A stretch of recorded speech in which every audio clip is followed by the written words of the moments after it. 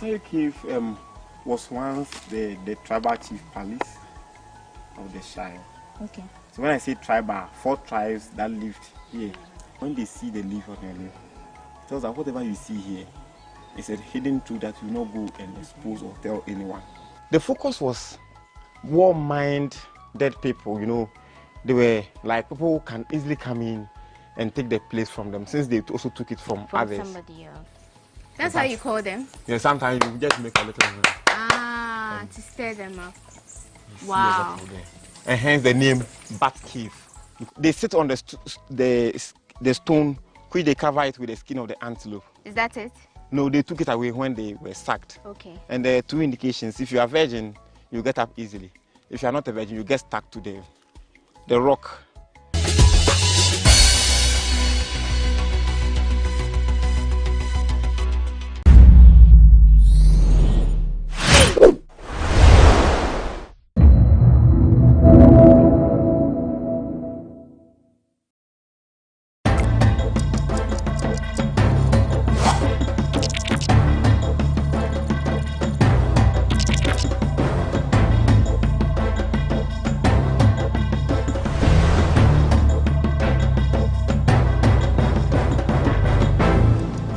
Welcome to the Lowdown on GhanaWeb TV.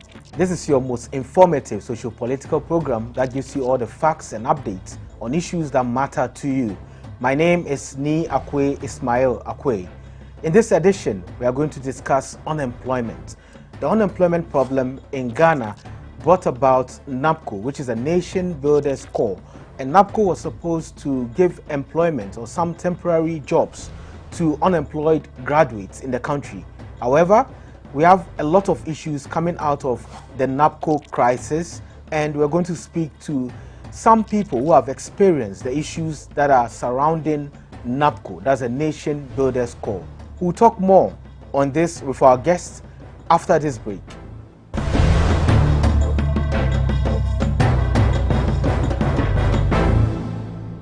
Welcome back from the break. This is the Lowdown, and our guest is Ishmael Batoma. So Ishmael is or was a member of the Nation Builders Corps.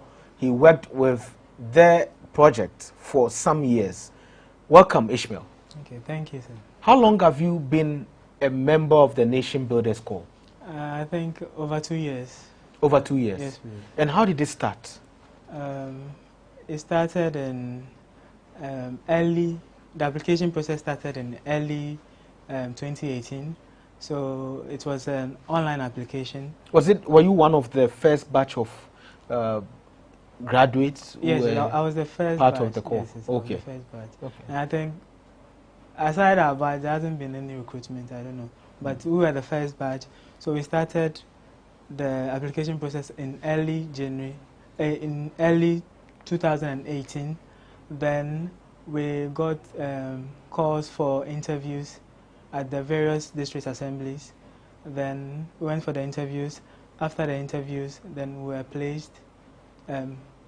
Those who qualify, we went for an engagement process where we were introduced to the program and were educated a bit about the objectives of the program, what the program is to do. Then a few months later, as at 2018 October, the placement started. So some trainees got their placement at various institutions, both private and government. But I got my placement in June 2019 at a government institution. Okay, so let's go through your process. Yes, 2018, what was going on in your life? What was happening? 2018. Before you even applied to be a member of the Nation Builders Corps? 2018, I think I was teaching. Basically at some school. A private school? Private school, yes. Yes, so that was what I was doing in 2018. But before going to the teaching, I was working for a firm, then I lost my job. So I was teaching and then we had this opportunity. So I was just trying my luck. So you were not a member of the Unemployed Graduates Association, which is popular now? No.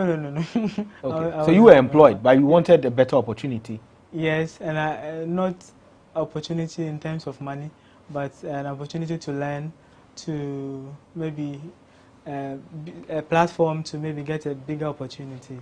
That's my objective. That was my objective for joining the program. So you quit the teaching job and you applied for the program? Yes, please. And when you applied, where did you go next after you applied? After the online application, those who qualified, who had the document, to apply, you must have completed your national service. You must either be a graduate, university graduate, or at what do you call it, polytechnic graduate. And you are a university graduate? Yes, please. Which university, please? I went to University of Cape Coast. Okay. Yes, and I studied economics. Economics. Yes, please. So after the application process, those who qualified were our names. We got messages that we've qualified, and you have to choose a district, any of the district assemblies. So those in Accra, we had the option of either Ablekuma Central, Ablekuma West, or Accra Metropolitan Assembly. So, but I wanted to, even in the application process, you have to choose the district you want to be placed. I chose Ablekuma Central, but I couldn't get the opportunity to be interviewed there because the slots were full. So I was forced to choose Ablekuma West. And how was the interview like? Oh, the interview was, it was good. For me, I went without any expectation because I know with this kind of government things, but I think it was fair. They asked the right questions. They inspected the document to check if you are really the person who is coming. Were there a lot of people there? It was done on bookings. Okay. Yes, yes. Okay. So if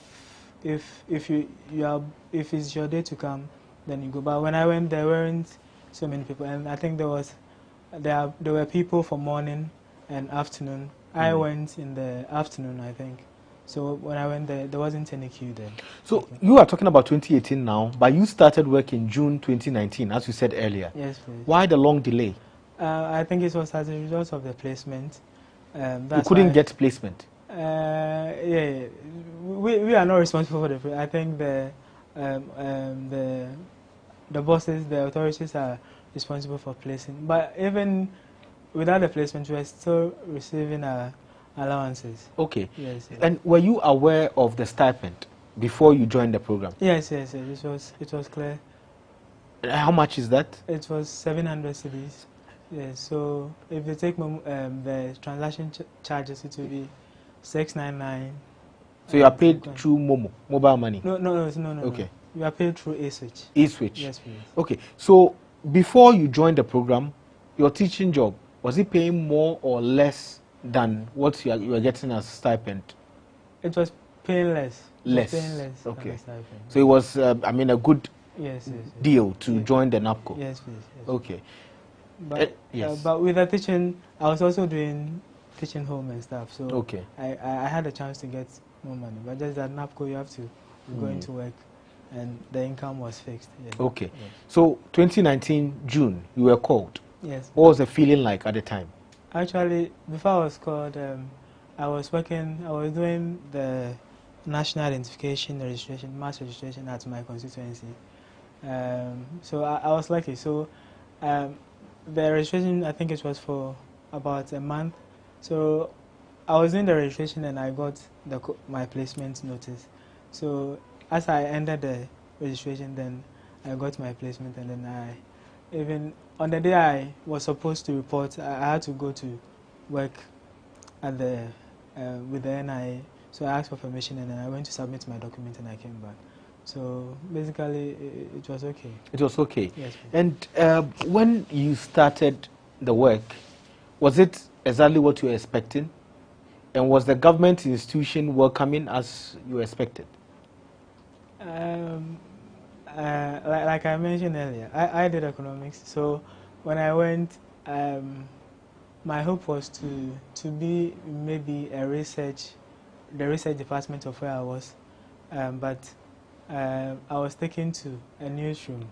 Yes, so it was very new for me, and for me, I was willing to learn. I was just willing to learn. So fortunately, I met a very good person who was initially she wasn't so sure. She said, this person did economics, and you're bringing him to the newsroom. Can you? I told him, and she just spoke to me and asked me about experiences I have. Oh, and she said, oh, so you're an all-round person, so you can do it. And I said, yes, I'll try. And that was the beginning. So were you introduced as a Nation Builders Corps? Yes, yes. I mean, a member of the Corps? Yes, yes. You were. And you started work immediately? Yes. So what was the orientation process at the place? Was there an orientation where you told there's no way you could get a job, permanent job at the place? Did you know that? Were you ready for it? The orientation, they did orientation for both the NABCO and NSS personnel, but there was no mention of permanency or they didn't promise any, like the department, they didn't promise anything because they couldn't. Because normally for government institution, I think it's Office of the Head of Civil Service that does the recruitment. Yes, but we had expectation that if you work hard enough, and there are places your bosses can recommend you. Yes. So how many people on the program were with you in your department? Yes, in my department, let's say, for those in, for the newsroom, I was the only NABCO trainee. In fact, one person was brought, but he said he did computer science or something. So he said he wasn't being... So he declined because of I don't think he declined. He left, but I don't know where he was posted to later. Yes. So there was an option to get a reposting or replacement? There was an option to get a replacement. But once you have been posted to... So we were posted to the ministry, then the ministry will post you to any of its agencies. Okay. So you can go back and they'll repost you. The ministry will do that, not the Nation Builders Corps. Okay. Yeah. Okay. So the number of people you had who were trainees of NABCO, were you an association in the government institution you were, or you were independently working? Let's say we knew ourselves. We had a platform, but we were not an association per se. But we interacted well, especially for, I think, 6 of us. We were working closely. We are different units of the department, so we knew each other well. And then there were some that were doing some work that was run on a shift basis, but so then we didn't see them often. But for us, we knew each other, but we were not necessarily an association, even though we interacted. So at what point did the problem started?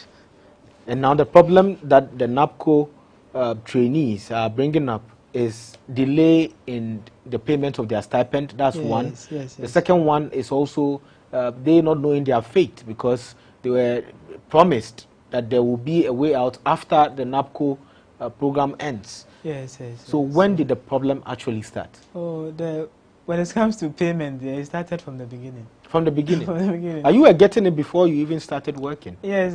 After we started the work, then in fact, when I started work for 5 months, I wasn't paid. For 5 months? 5 months. That from June 2019 to around September? Yes, I wasn't paid for the first... November, I mean. First 5 months of... So the payment, I think that was one of the key issues most trainees has. But for some of us, because of the work we were doing, we were able to get some money to support ourselves to go. But those who were not in offices that they can get some income, they were really finding it difficult to go to work. Yeah. We'll talk about the difficulty right after this break. This is the lowdown. Stay with us.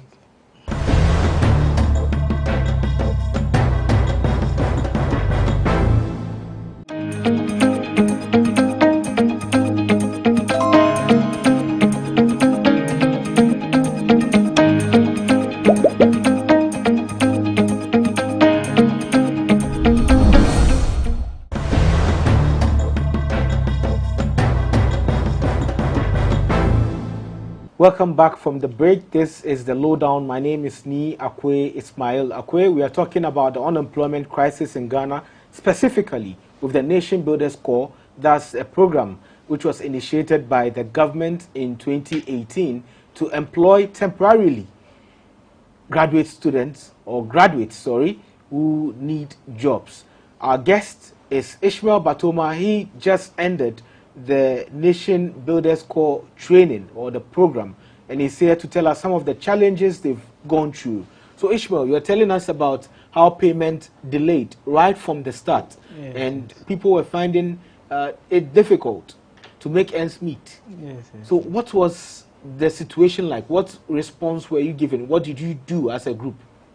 As a group, we had a NABCO platform where the coordinators. So the structure of the NABCO program is that every district has a coordinator. So she is the one who liaises with the head office. So basically, our payment process is you sign a timesheet for the month, then your name, then your working hours, then your supervisor will sign, then you take it to the coordinator. So we are going there, as we submit the timesheet, we'll be telling them, you haven't been paid for this number of months. They'll say, oh, the money will come, the money will come. So basically that's what they were saying. They didn't give any. So the coordinator gives you that response that the money will come? Yes. Okay. Yes. And you didn't hear anything else from anyone but the coordinator? No. She was the one we were relying on for information. So for 5 months, June, July, August, September, October, yes, there was no money coming in? There was no money coming in. And how did you survive? So for me, like I said, I was working in the newsroom, and my boss was really a good person.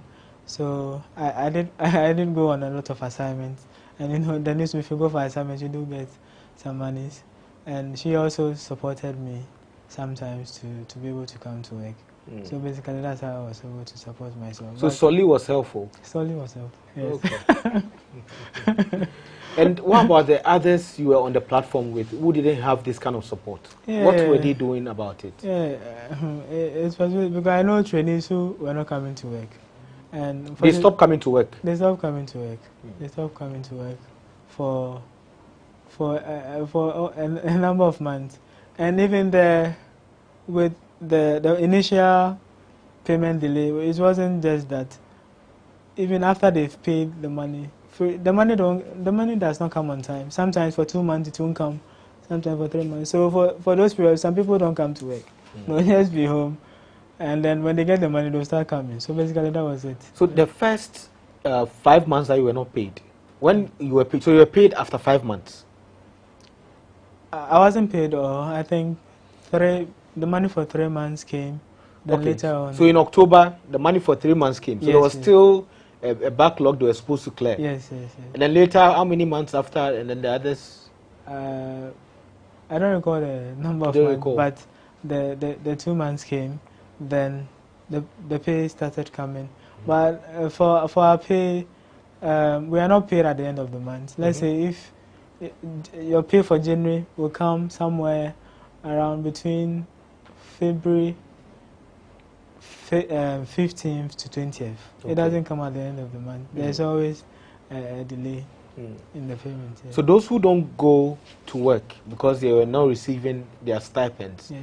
Did the government agency they were working with do anything about it? Did they, take any sanctions on them? I think mostly the bosses were even sad for them that they are not getting money. So most of the bosses, they couldn't report them or anything, but because it's not their fault, because without the money you can't come to work. And yes. Were they given the monies for the period they didn't go to work? Oh yes. Once the time sheet has been signed there, and you upload it on the platform, and the coordinator has signed, you'll be paid your money. Okay, so the coordinator has to sign to prove that you went to work? Yes. So if you didn't go to work, they won't sign? They won't sign. But how were you paid before you even started in June 2019? By that time, we didn't even know the modalities for maybe submitting timesheets. We didn't know all those stuff. But the money was still coming? The money was coming, yes. It means even if you didn't sign while you were working, the money will still come? Yes, but as at that time, other trainees have started working. So I presume that's why they were paying all of us, because it was no fault of ours, because it was because we hadn't gotten our placement yet. That's why we're home. But we're being paid as trainers. Yes. So in 2020, what was your decision? Did you want to stay and continue working? Because for the program, it's 2 years. Yes. So from 2018, you were supposed to work till 2020. Yes. However, you started in 2019. Does that mean we're supposed to work till 2021? No. We're all supposed to end in 2020. Our contract was to expire in October 2020. October 2020. That's when our contract was supposed to expire. Yes. And what happened in October 2020? In October 2020, because of the agitations and worries, the government extended the contract by 1 month. Yes. So, but for me, where I was working at, I was part of a project. So for me, I was going to be okay. There were indications I was going to be retained. So I was part of the project. So for me, I wasn't so much worried.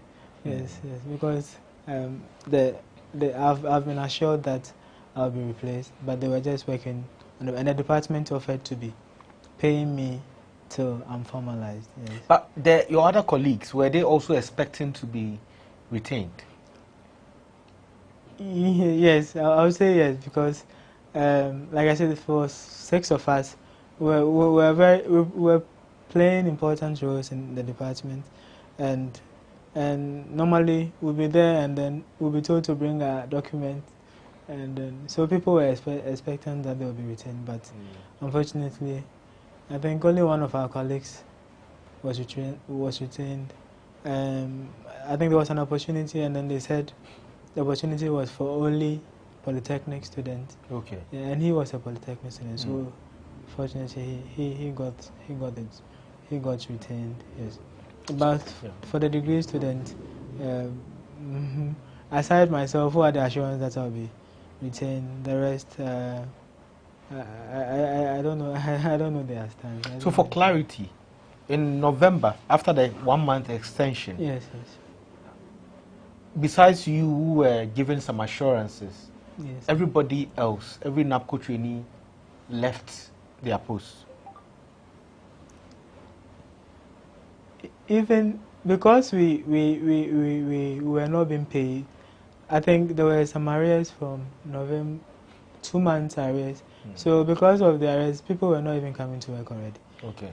So they weren't coming to work, and then the issue of the program coming to an end came into being. So most trainees were already not coming to work. Okay. As at November. Yeah. And then in 2021, you spent another, 6 or 9 months at post. You personally, were you paid by the authority, or you were paid by the agency or the government institution that kept you?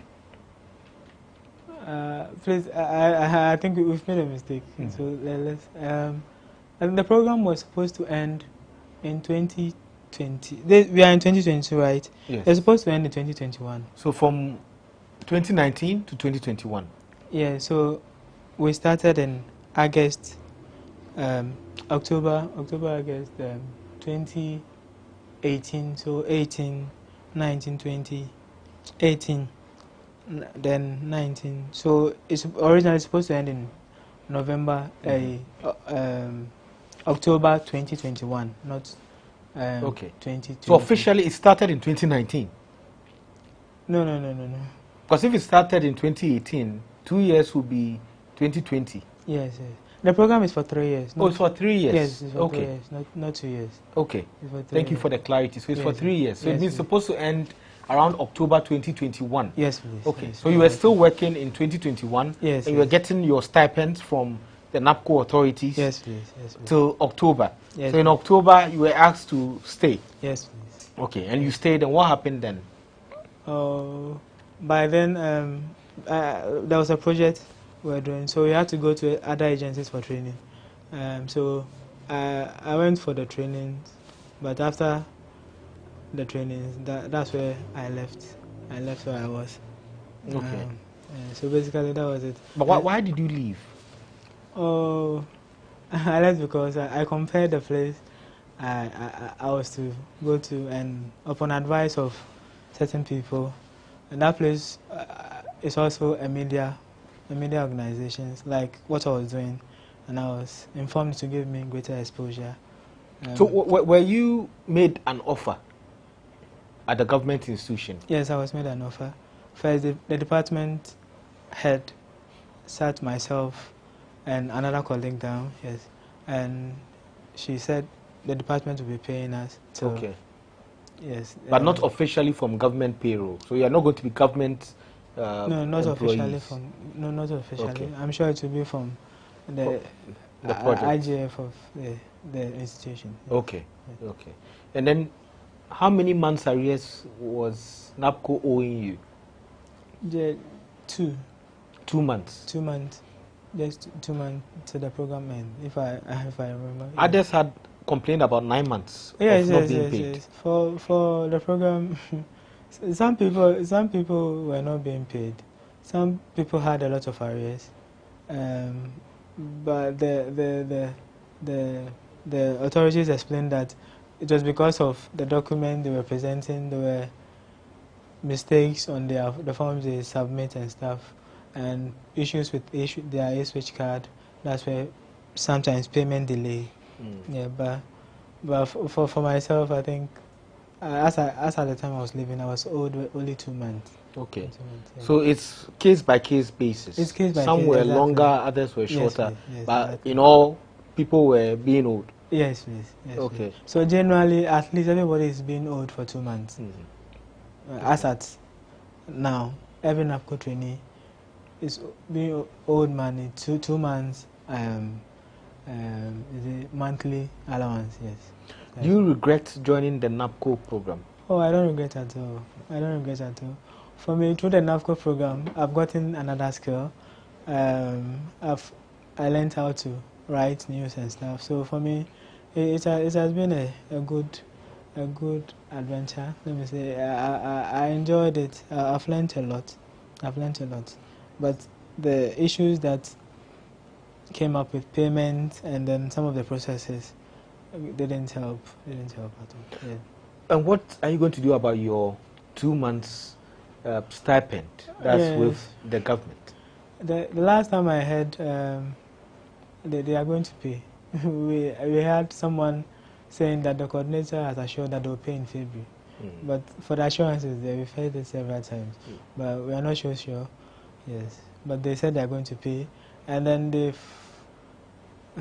they've promised that. I've heard them saying that people should keep going to work, but I don't know how someone can be going to work without pay. And that as opportunities come, they'll rope them in. So basically that's it. Yeah. I'll come back to you after this break, so you tell us how your colleagues are faring, those who were not lucky like you to have a job after the program, after 3 years. We'll be right back after this break. This is the lowdown.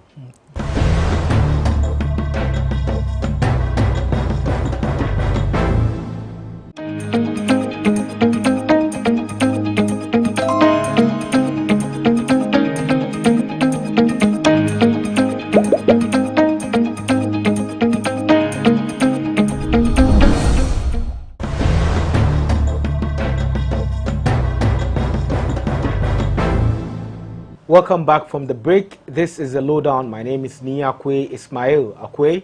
We are discussing unemployment in Ghana and also the NABCO, Nation Builders Core Program, which is owing a lot of the trainees 2 months, some 9 months stipend arrears, and a lot of them are not happy. A lot of them are still unemployed, and the program was put together to get graduates who are unemployed some work. Our guest is Ishmael Batoma. He just ended the program and he's employed now, but he's telling us the situations, the problems, and the issues they faced as NABCO trainees.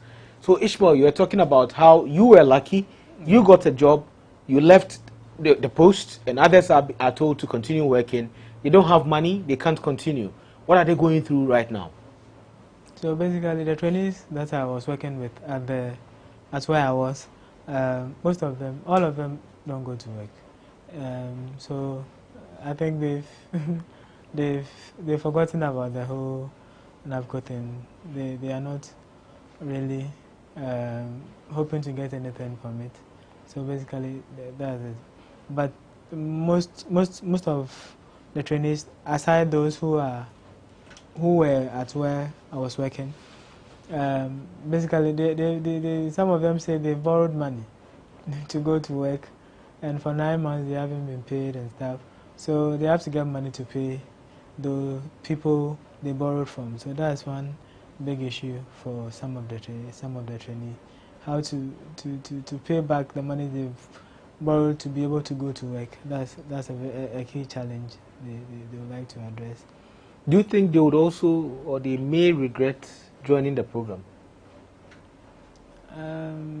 It depends. If you are able to get money to go always like I did, you're able to get support to be going, then you learn a new skill, and it depends on where you are placed. If you are placed at a place where you know there isn't much to do, or you don't have a boss that trusts you to give you works to do, then you can't learn. So basically, the program was to give graduates experience so that they become more employable. So that was one of the key things we were mentioning. It was later that they were bringing this employment thing inside. I don't know whether it was because of political gains or stuff, but basically, initially when we started, the focus of the program is to make graduates more employable, to give you experience and working hands-on experiences. knowledge. Yes, okay. yes. So that was the objective of the program. But if the pay is not coming on time and are not able to go to work, then it will derail the purpose of the program, because you can't go to work, so you can't learn. And if the bosses can't depend on you because you are always absent, then some of them they'll forget about you. I know trainees who sometimes their boss forget they work at the department. Oh, okay. So they are like ghosts in the department. They are just there. I know, something like that. So once in a while you see them, they say, "Hey, you've come to work today." Say, yes. So with such people, I don't think they really learned much, or they got the benefits or the intended objectives of the program. So what would you wish could have been improved with the program? First of all, the payment. I think the program was a planned program, and you hear the minister giving allocations in the budget, and you'll be mentioning NABCO. So the payment was really an issue. Yes, it was. So if there's a scheme, another scheme like that, they should make sure that even national service personnel were receiving their is it stipend or the allowances on time. But you'll be there, and then the national service people will be saying they've received their money. But you, the NABCO trainee, you'll be there, and there's nothing. So what they can work on, if they are to extend the program, or they are bringing another employment initiative to resolve the unemployment issue, they should really work on payment. And also on the amount. Yes, on the amount. I was fortunate, where I was working wasn't so far from my house, so I can board this one car, but people were working at places that were very far, even though the authority tried to place people close to their houses, but it didn't work. Some were working at very far places, and then the stipend was not enough. 700 cedis alone, even I that was living close, the money wasn't that much. So what was your cost in terms of transportation from home to your office where you were working? Basically, a day would be. It depends on the mode of transport I want to. Sometimes I can walk to Carnation, or I can board car to Carnation. So basically, a day will be between 5 to 6 cedis. So let's say 6 cedis a day, and you work 5 days a week. Yes. So a month will be 30 cedis. 30 cedis. Yes. And then for 4 months, 30 cedis a week. 30 cedis a week. A week, yes. By the 4 months, that would be 120 cedis. 120 cedis, yes. And you'd have to eat in this. I mean, from the same stipend. Yes. You get your lunch from the stipend. Yes. So at the end of the day, you can't save. Of savings, the savings is out. Because it's a stipend, so it's not for saving Yes, anyway. yes. It's for you to be able to go back and That's for forth. someone who was close to where I was working. So for those who were living far, if someone is living at Kaswa and he has to come to work at Central Accra, the person spends a lot, and the money. It can't cover transportation. Yes, please. Yeah. Yes, please. So basically, that's one of the things I want them to work on. And then the second thing is the process of submission of monthly evaluation forms. They came up with an app, and the app was working. We had normally, if you get to work, you clock in. If you close, but they stopped using it. I don't know why they stopped using it. And you always have to. Then we started filling the forms. You have to fill the form and take it to the district office. And I think with this era of digitization, there's no need for us to be doing that. So it started with the digital way, with an app. Yes, with an app. And then later you are all told to do it manually by going to the district office. Yes, please. And which days do you go? Weekends or during work? No, during work. During work, you leave work and then submit the assessment form. Yes, yes. So okay. Sometimes the coordinator will say that she wants to see everybody. She wants to see you before she sign your form. Or there are people working there. They want to see you in person before they sign. But sometimes the forms are gathered by one person, and the person takes the form to the district office. Yes. So basically that's it. So aside the issue with the payment and then the submission of forms, is the issue of promises. So we sometimes they'll call us, we'll gather, then there'll be promises that they'll be implemented. Then we'll meet to come and form queues, very long queues, with a lot of people. We'll be submitting forms. We submitted forms like 3 times. So how many times have you formed long queues? 3 times? Oh, the long queues, there are plenty. Plenty? Plenty, because they'll tell you to bring your forms for validation that they are during they started a program, a transition program to transition. So you have the options you could choose from. So we did it online. After doing it online, we had to submit manual forms. That form we submitted it like 2 times. But those things, I don't think they were really. And nothing came out of it? No, nothing came out. No jobs, no transition? No jobs, no transition. I don't know whether they are still working on it. But from the look of things, I don't think. Because even the minister did not mention anything. The mentionings he made on NABCO, it didn't include, it didn't say anything substantive. The only thing he mentioned was the U-Start, and we got the indication that the U-Start has come to replace the NABCO.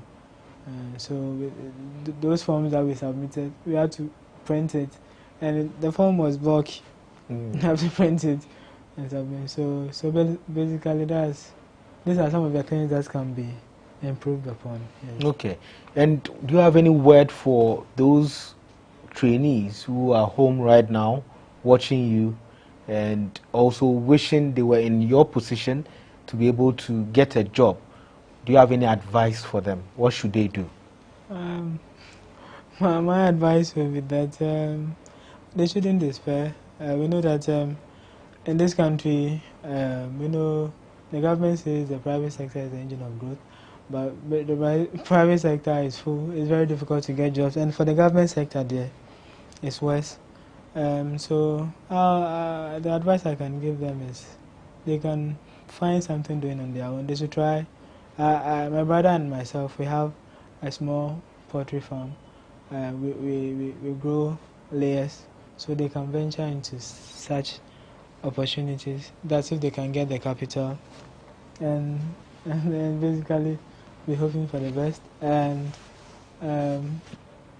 now with technology, you can learn a lot of new skills and better yourself for upcoming opportunities. So basically, that would be my advice for them. And they should keep looking for jobs? Yeah, for the jobs, yes. We all keep looking for jobs. But sometimes, I know when you apply, especially with the government jobs, for me, I don't try apply for government jobs because I know for this jobs you have to be connected, but they can still try. They can still try. I remember applying for a job during this NABCO time. Now, my bosses urged me to apply for the civil service job. I applied. I went for the interview. I wrote the exams. I went for the interview, and then we went there, and then they'll tell you that this year the protocol list was plain. The protocol list was plain. So were you told officially or unofficially? Officially. We were just going there to see how far. And those were the sentiments being shared. Those were the sentiments. Even with some of the directors, you speak to them. We tell them that my boss will tell them, "Oh, Ishmael has written the exam, so Ishmael is here. You have to do something." And say, "Oh, now it's who you know. Now it's who you know. Those are the top. Those are the top." And you don't know anybody. Oh. The people I know are those telling me that it's who you know. So basically, I know it's very difficult to get jobs in government. So, but if it doesn't cost anything, now most of the applications are online. With the government jobs, one thing I don't like is you have to be paying. You have to be paying to apply. If immigration, you have to pay. Buy forms. You have to buy forms. Even with some, when you're going to write the exams, you have to pay before you have access to the exams. So these are some of the challenges they'll meet, but they should keep trying. So hopefully, Ghana, hopefully. There's no hope. you can't even say hopefully. But anyway, there's some hope, and yes. If you found your way out after all the NABCO period, others can also find their way out. Yes. Thank you very much, Ishmael Batoma. This is the Lowdown. You can watch us every Monday on GhanaWeb TV, on GhanaWeb.com, and all of GhanaWeb's digital platforms. My name is Ni Akwe Ismail Akwe. Be safe.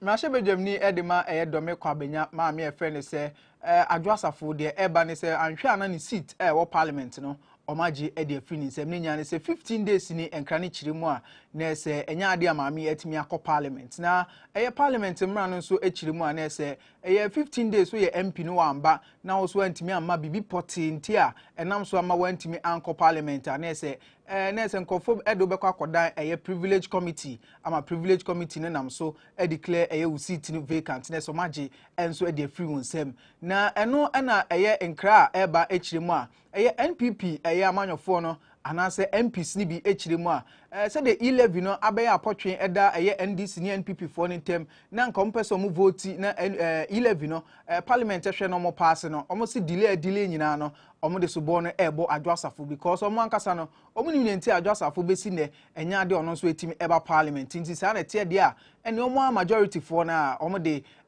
ombetro niema gu nkrata so no mo de akoma privilege committee no se adwasafo seat no empanifo nhwe no mo gi emfamfiri nisem.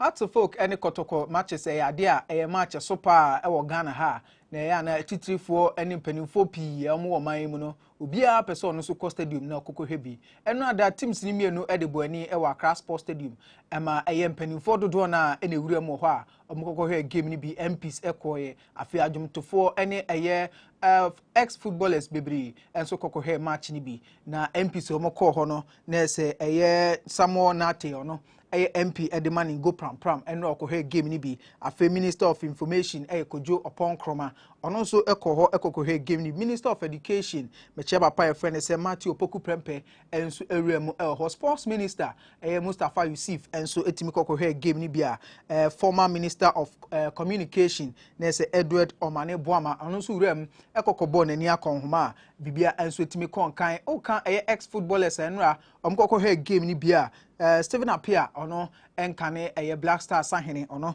ekoko he game ni bi Emmanuel Ajimambadu enkane no se akan Edema Sante Kotoko enra ewa Accra Sports Stadium no so at VIP section ho a ono so airborne ni akonhoma Director General Edema National Lottery Authority meche NLA na se papa e friend say Samia Uku no so ewo ho a ono so ehwe game ni bi Member of Parliament Edema Botiano na se Amanfrom ono so etimi ewure mo ha apa friend say Sylvester Tete enso ekoko he game ni bi na NPP National Youth Organizer Nana B enso enra na owo stadium ho bia for next executive council member meche Ghana Football Association Randy Abbey enra no so ewo stadium ho bi ajumtofo ne de kakra bi enetimi koye na yebobo eni akonhoma na yekohu second promise no so eka titifo ni ma ote VIP section no so enjoy game ni bi game ni corner area na how to focus anhye bi sa so na krobia Kumasa Sante Kotoko enso entimi anhye bi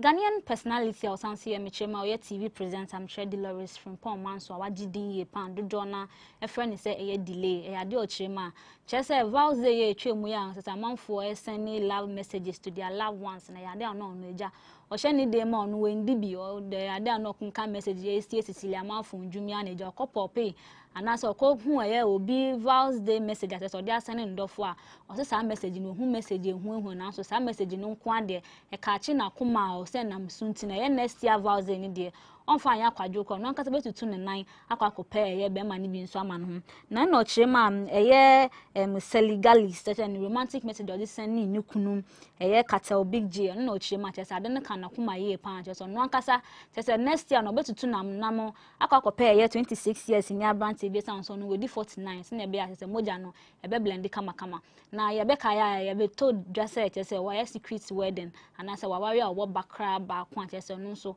ode be to dwase no biara enim nti Ghana fo mbo sansem ntungo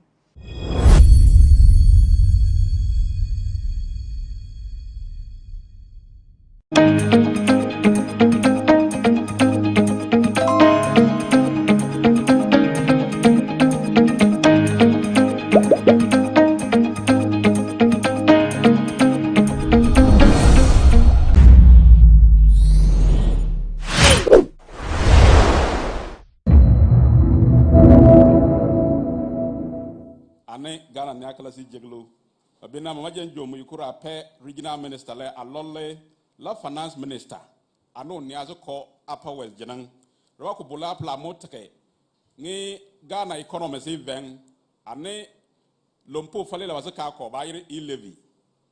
Lajima Upper West Nanga Region Nesamam Basako, Bamulerine, the Anlia to Lananga Nesamo Nakane, Finance Minister Nonia. But young Upper West the Chenang opponents so Majan Chame, Machang Upper West Nyala, a Lolo and Wakukeri, Basoko Upper West, Bakubola, Amutiki E-levy, and Ghana economy. Le Kalamana won't be Ranakan Wopiaza, Kobula, Laziambula, Dakava, Rama Jigla Ane, Adjungo Pe, Mola was a canale, I will lende, Lau Kenere Musapang Apla. To, my Bula Motake, Lajama Papa Kosindum, Obolo Ubiri Tamkwala, Ane, former president.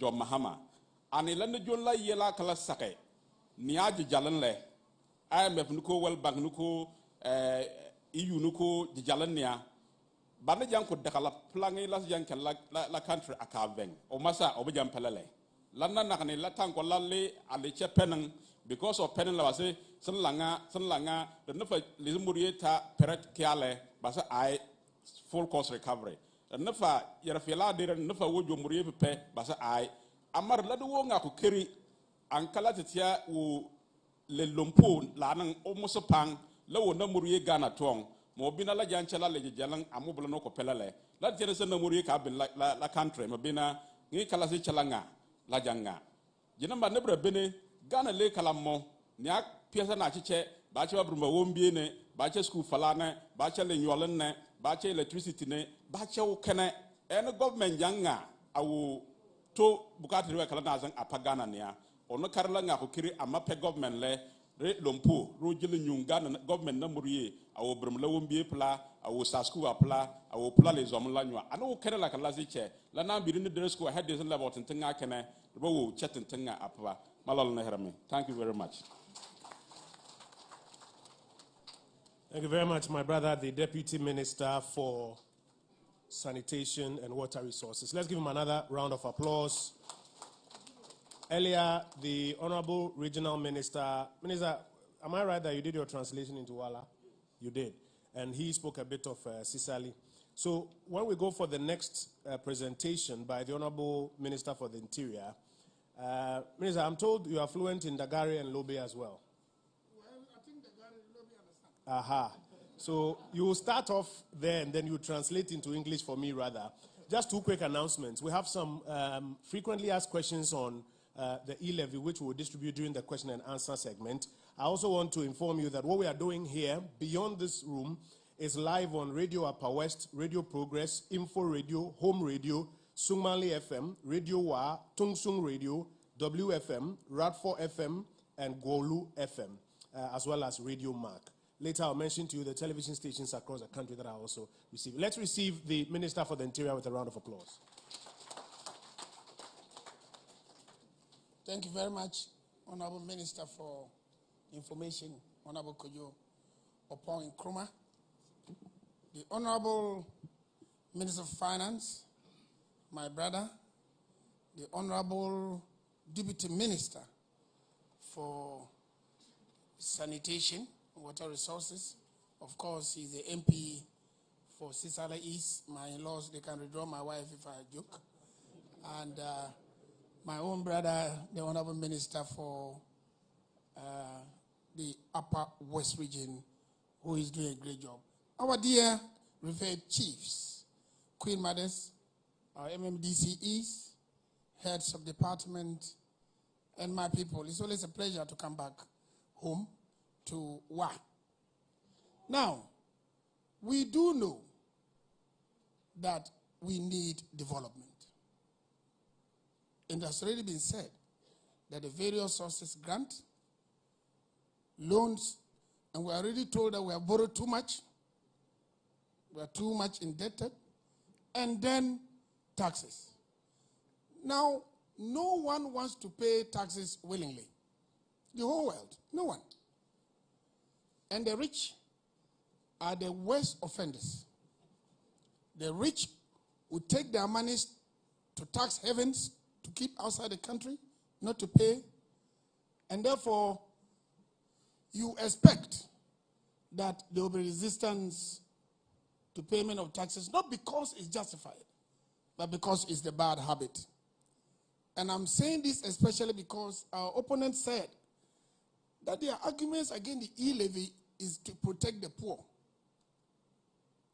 How much money have the poor? I just had an example that was given, at, I hope I'm right, by the Minister for Finance. At the rate of 1.5%, if you transfer 100,000, you pay 1,500. 100,000. When you transfer 100,000, you pay 1,500. If you transfer 1 million Ghana cedis, you pay 15,000 cedis. How punitive is this? And it's only the one sending it who pays, not the one receiving it. So the excuse not to pay that tax is totally baseless. Now, why do we tax electronic transactions? The world is going digital. All businesses are going digital. If you don't tax that sector, then it means that very soon you have no source of raising money. But what am I here to tell you? I want us to start with security, and I want to be practical. In early 2018, His Excellency the President came to this region to commission water project at Durmu. At that time, you could not move freely in Wa town at 6:30. True or false? They would take your motorbikes, rob you. Right, it was there. Why? Because the security were not financed adequately. We took the challenge. We employed more people. We trained them. We equipped them. There used to be one gun maybe for a whole district. One policeman will be holding it. When he's on duty, he waits for another one to come. We have done something, brought vehicles. Each of you sitting down here asked me to give you more vehicles in your districts. Not so? But how can we finance our security? Today, Wa and the Upper West is safer because of the investment of the government in security. President visited 1 hour and he acknowledged it, gave smokes to the defense minister and I, and we are safer now. The whole sub-region is in turmoil, but we are investing money to make sure we are safe. No country outside would invest its money in our safety, in our security. No one will do that. So what do? We have to pay taxes. And I've already told you, how much is it at all? It's not much. The same people who say it is not a good tax tell us that if we implement the tax, we will lose the next election. We say approve so that we lose the next election. In any case, that's why you are there. You want us to lose. So you see, they're changing the story. The most offensive one is that we should go to IMF. We went to IMF before. What was the result? High youth unemployment. This year, last year, thanks to the government, finance minister, we started recruitment. 5,000 police, 2,000 each of other services. The applicants were so many that the short list for immigration was 100,000. And you wanted 2,000. That's the extent of youth unemployment. One of the reasons why we want this tax is to ensure that we provide our girls and boys, our sons and daughters employment. You say we shouldn't collect it, so they should be unemployed. We take the money from those who have and provide the interventions, the free HHS, the school feeding program, subsidization of fertilizer, which only happened under President Nana Addo Akufo-Addo. All those are yearning for financing. We shouldn't collect it. Namine, today, we shouldn't, so that your children will continue to be unemployed. Now, you have NABCO people asking to be paid. That is better than have unemployed graduates association. That is better. At least they have paid to look up to, and I'm sure that we'll do our best to pay them. There's a lot of employment we did teachers, a lot of employment we did nurses, allowances to trainees, and all that. Today, if you have your Ghana card and you want a student loan in the university, all you need is your Ghana card. Before, you needed a guarantor who had SNIT contribution to be able to come. Many people could not do that. Today, all these are being done for us, and we need to contribute something towards it. And they are saying we shouldn't pay E-levy. So how are we going to get the money to deal with these important things? And I speak to you Upper Westerners because I know what happened here, isn't it? Before the NPP came, what were the roads in Wa? What were they? I will say with you. Electricity, roads, we all want that. All we are saying is that let us pay something. And MTN is collecting your money. Nobody opposed it. But MTN does nothing for you. Government of Ghana says, give us money. and you say, can we account for it? Sure, we can account for it. COVID hit us. During COVID, you got free water. You got free electricity. What does that mean? Government paid for it.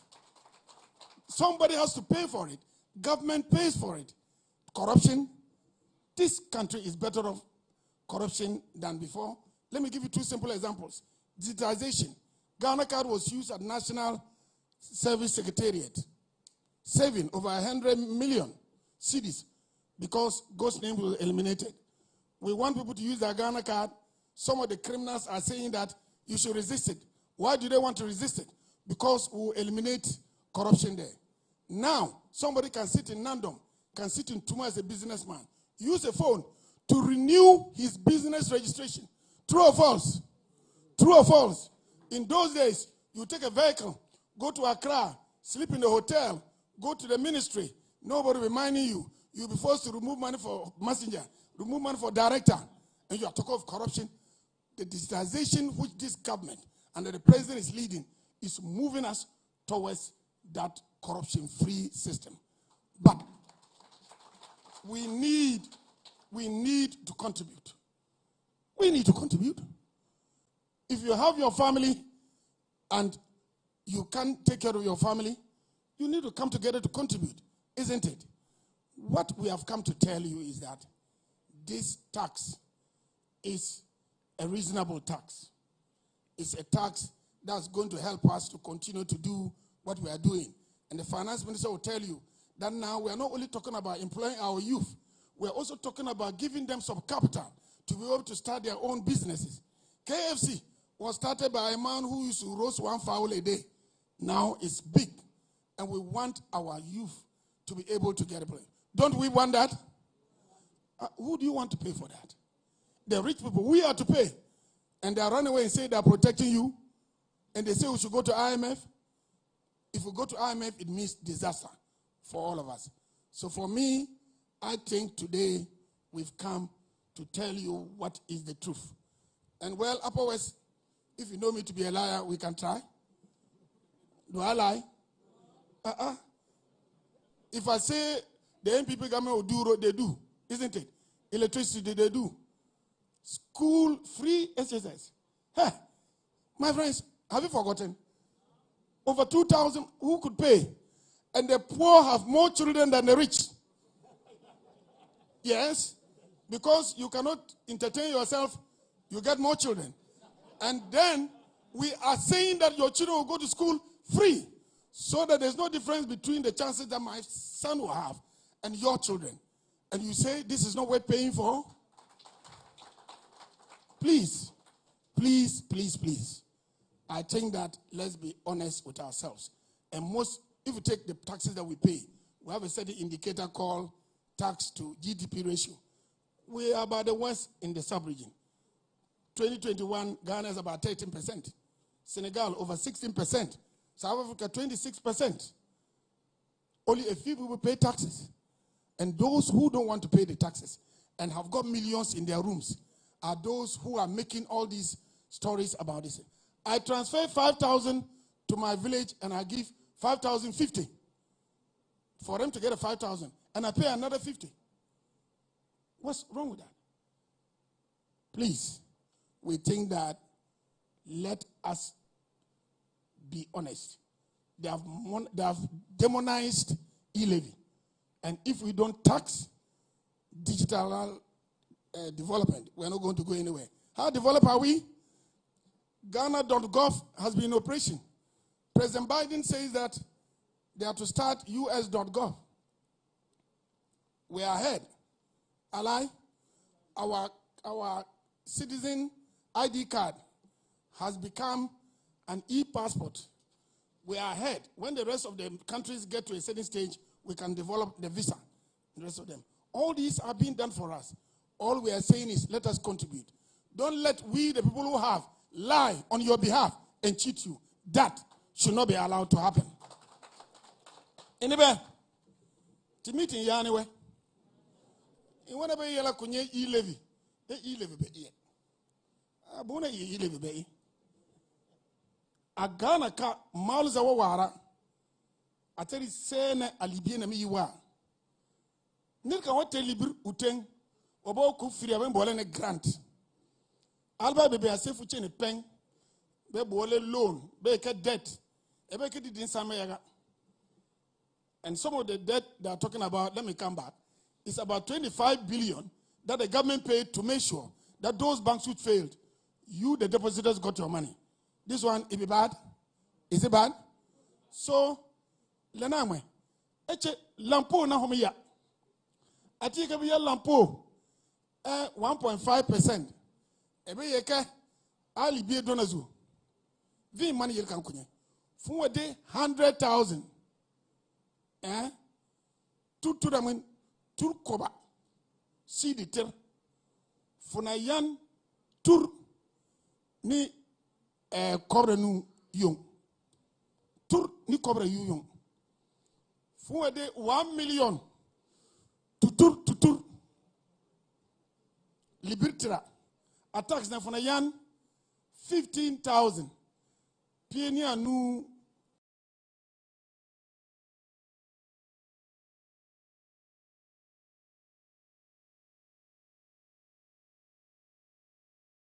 Bunga nafna ya anga be bonzai ebe ngmari ziri ani na betara ani mi ana be yele wi ni betara ni teli be na tendere ni teli me na kondere bena be bo ka be ya na be yelele e chatin at belen be bo be song ne tie be ka eti won wana taxa a voting time eti na lona abuna ndc bo e bo kiti lobi bebo kitilo fucheni kor ti konega akor sobi nyevudan wa altabe so ayele bete nibere beda boka bi yel kunye ani ir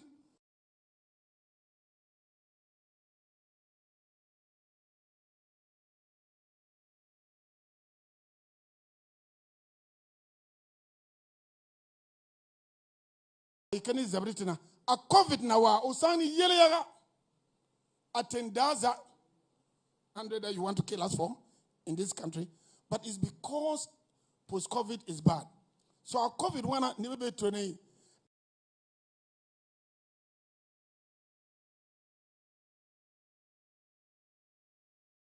Government kuni kon free, vous free. Atapere bono, auka government ya fertilizer. Belwa kuni fertilizer aya hafa. Agula ka government ya. Lebanon. So in the ni bobri say ti bore bibi nyeto mi. Mind there and me gonna be good. Nisa boru be police, ubi immigration, ubi fire service, ubi prison service. Nina libi na yi timba da tasanga ti kuko bibira to me. Ebe ke ti IMF. Ti we che IMF a alle anating me atam na joma ma na be lana me. Tam na ni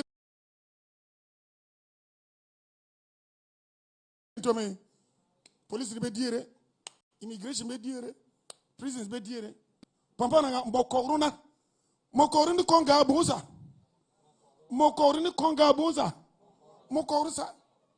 So azina ti wana to yekuni. Adonga na wa, ubeku deni libye cheni ze ko deni libye atela mali azi. Ni bana le atengna ti maleti na be aka. Bizini. So inzele nyina. Imbe yera be dawure. Belme yaka E-levy. Bon kamben wab ni bay be ke lampo na ti yablale be to mala tingi ni barka yaga.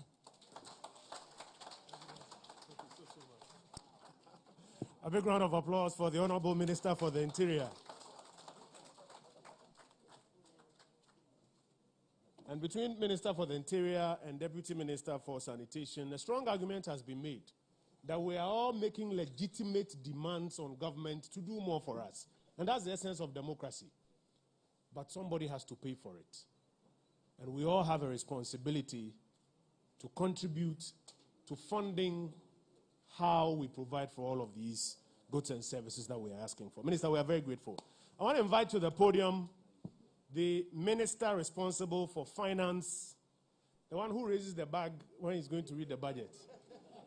And sometimes people think that that bag, there's money in it. No, there's no money. It's economic policy, ideas. Ideas that will bring money. And he will have the opportunity to speak to us about some of those ideas in the bag and how we can help him make those ideas a reality. Today he's come all the way to our and this is a green bag, so it's eco-friendly. I also want to mention that this is the first time we are observing a minister responsible for finance go around the country to engage the Republic and citizens with economic policy, get answers, answer questions himself, take feedback. And it's something we should commend him for that. Let's receive him with a big round of applause.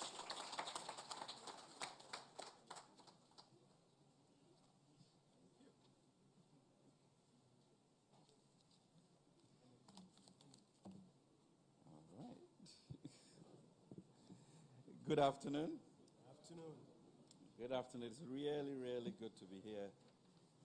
As has been mentioned, Upper West is actually my favorite region for many, many reasons, and it's good to be back. It's really good to be back. Our venerable chiefs, I really thank you for taking the time to be here with me. This weekend has been a lot of meetings of chiefs. On Friday night, Saturday morning, I was with Osajifo at his sister's funeral. And then yesterday, or Sunday, is that right? I was in Sogakope with the chiefs, talking, having a conversation of this nature. And today, I am here with you. And so our royalty is getting the best of us to report. But truly, as somebody from a royal home, I really appreciate your taking your time to be here, and I understand the demands on your time. So, colleagues, our dynamic regional minister who has a tradition in this region from his forebears. I guess one of the most effective ministers of interior I've come across, and that's a son of yours. It's good to have you here. And of course, our Minister of Information, who is making we older ones run a little bit faster than we should, but that's great. And then, of course, our Deputy Minister from Sisala. Really appreciate your being here, and it's a wonderful occasion for this conversation to be had. I also truly welcome the representatives of the political parties and all of the various associations that we have here. And I am a finance minister, but I actually do get a lot more philosophical than the numbers. The numbers we can do, as our president has told us, that yes, we can always fix the economy, but we can bring people back to life. So the sovereignty of the people is uppermost in the manufactured crisis, actually, with regards to E-levy. I think deeply is a crisis of confidence and self-actualization.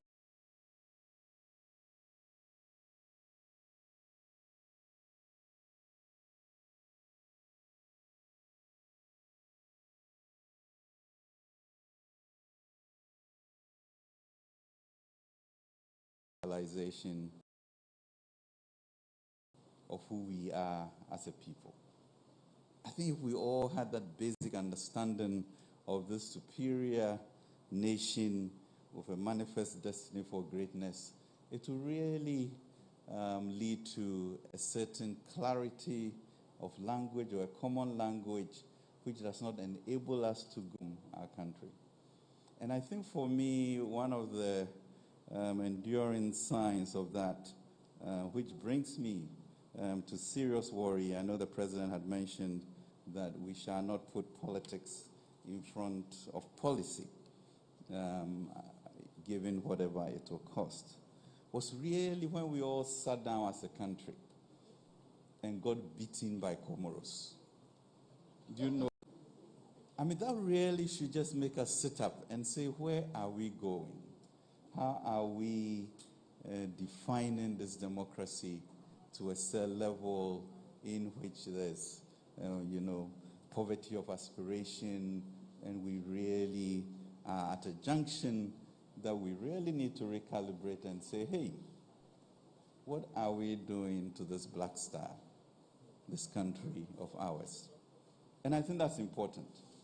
And what is the conversation we should be having as a nation, as opposed to being in silos and therefore everybody thinking that they can grab what they want. So I look at teachers, for example, and civil servants, and I'll be the first to admit that the salaries are indecent. Nobody will argue with that. At the same time, it is 60% of all the revenue we collect for 700,000 people. That's also a fact. So yes, there's a legitimate demand for more, and there's a legitimate reality that there's no money. So what do we do as a society? Then you ask me to give you more salary, which is fine, and then I say, oh, but it's your colleague civil servants who collect the money. So how can you be responsible for collecting the money, not collect it, and then tell me to give you the money? That will be another issue. At the same time, yeah, living conditions must be managed, and lo and behold, the world is also getting into a position where things are even going to be more difficult. So what do we do as a nation? Just think of it as your home, and therefore, where do you sit down to have a real honest conversation so that we can move on? So I just want to juxtapose us in a context of history so we know who we are as a people. And therefore, this crisis of confidence or crisis of self-actualization becomes front and center as we begin to think of where we should be going. So this small country, somewhere in 1957, great leader Kwame Nkrumah, and sends us into independence, and therefore catalyzes the emancipation, political emancipation of most of the African countries. This small country of ours were able to do that, became the Black Star, and you can see now with policies on education, infrastructure, how far we have gone as a people. And today, our 8th round in the 4th Republic, is something that, the whole world looks to. So Ghana, as a beacon of democracy, has come to stay, and we must protect it. Then in those 60 years since independence, believe it or not, we never had any AU or AU organ in our country. And you wonder why. So we bring independence and somehow OAU. And then last year, we got the Africa Continental Free Trade Area to be situated here. And notice that the new fight that we have is about economic emancipation and investment. That's where we are. And that then comes into our country for some reason. So this kind of divine destiny continues. We are a different people. So with that platform, we then are going to be able to build a regional enterprise, a continental enterprise, the legitimate gateway for investments to come to Africa. So we've been seeded that. So those are, like the two pillars in our secular world, But as the Lord will say, seek ye first. Tell me. A righteous society. So President says, that is important, and therefore his commitment to the National Cathedral. Because truly, in the end, if you don't have values and a clarity and a common language, these things can be wiped out in a hurry. Within a space of less than 2 years, you've seen Mali go down, you've seen Guinea-Conakry go down, you've seen Burkina Faso go down. There was a coup attempt in Guinea-Bissau. Niger and Chad have their own issues. And that's where, therefore, the issue of spirituality, of values, and understanding of the democracy comes in. So it is important. And then we have understanding of our history, how we are, the people we are, the shining star of Africa. We then will begin, irrespective of whichever political party is in power, have a common baseline on which we agree. That one language, which in Genesis the Lord said, if they speak one language, there will be no restraint to how far we can go. And that comes with sacrifices. And that comes with burden sharing.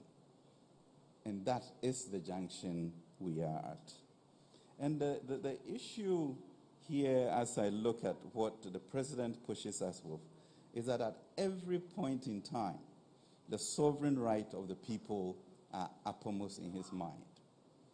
So even when our opponents said we cannot do free senior high school, he said it's the right of the people. How do you ensure that they have the skill set to be able to depend on themselves so they can move on? And that is important for us. So that there's social mobility, there's social justice, and people feel like they are citizens. Because let me tell you something. You have maybe 4.6 million people of our children in primary school. Then you move to junior high school, and you end up with 2.8 million, meaning some 1.6 have vanished. We don't know where they are. And we are all quiet. Then you move from junior high of the 2.6 to senior high. It used to be about 800,000. Now, because of the policies, we have 1.2 million. So even of that, you've lost what? From 2.6 to 1.2, some 800,000 have also vanished. And these are what, 15-year-olds or something. Then you move from there to tertiary, and maybe at most 500,000. So 700,000 have also fallen in the cracks.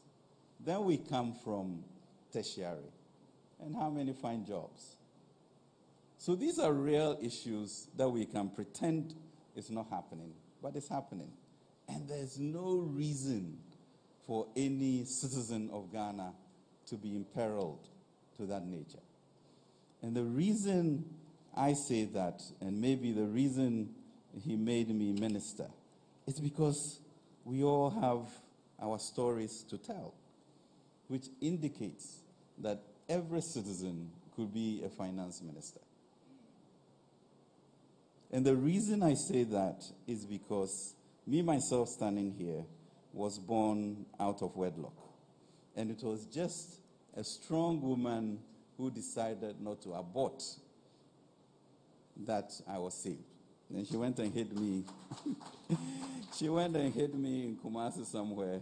And when things calmed down, then she came back to Chebi.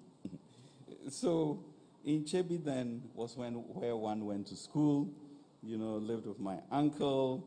You walk a mile to school. In the morning, you go to the river. You roast your plantain, put it in your pocket, and then move right on. And if, of course, you don't like school, the Brim River was always ready to accommodate you, and you swim all day and go back home believing that's okay. But your grandma will suddenly see that your skin is a bit white, which means that you might have gone somewhere else. And, the good old stick was never very far. So that was that, going to Chebi Government School until Dad came from doing his PhD, whom I didn't know because I had not been accepted in the family yet. And something pricked his mind to say, oh, I have this boy in Chebio, or he's now in Accra, going to Kokomlemle Primary, etc., etc. And so decided to bring me home to his new house as he became a lecturer in Legon, and changed my name from Nanaya Kuntunkununku, which I still have, to Kenneth. I needed to learn how to spell Kenneth at that time, and speak English. So those are difficulties. And I was not, I will assure you, the best student in Chebi Government School. I wasn't. So it was the opportunity given by a mother who was courageous enough to not abort, and a father who somehow felt responsible. Most of we men, we usually will forget about that. And that has been the trajectory of change to Legon Primary, Achimota Primary, Achimota School, etc., to where we are. So the intervention of senior high is not to be played with or minimized and, thought of it as insignificant. It changes lives. And so, therefore, the Lord blessed me and my family, and we are doing well. Then we had a house help about 14 years ago who passed because of her enlarged heart and had her niece living with her in Accra. So, of course, when she died, Mila, the family came from Bilo, Napa Walambusi, to come and take the young girl away back home. And my wife said, no, this can't be. I said, well, it's their child, She said, no, it can't be. So let's adopt her. So that was some 12 years ago, barely able to speak English because of the Kaki school and all of that. So brought her home, remembering that me too, I was saved by my father bringing me. And today, she's graduated from a school in Canada, which is really good. But that was not the end of it all. Then after she finished, she came and did her national service in Tamale of Action Aid. And then she got into McGill, which is one of the best universities in Canada, for a graduate school. So now Lillian, has this opportunity. And that's why I go to say that all of us could do great things for our country if given the chance. So this chance of senior high school is important, and the chance, therefore, to recognize that a little sacrifice can transform people's lives beyond measure is what we have to deal with if we are going to remain the black star of Africa. And we have to do that.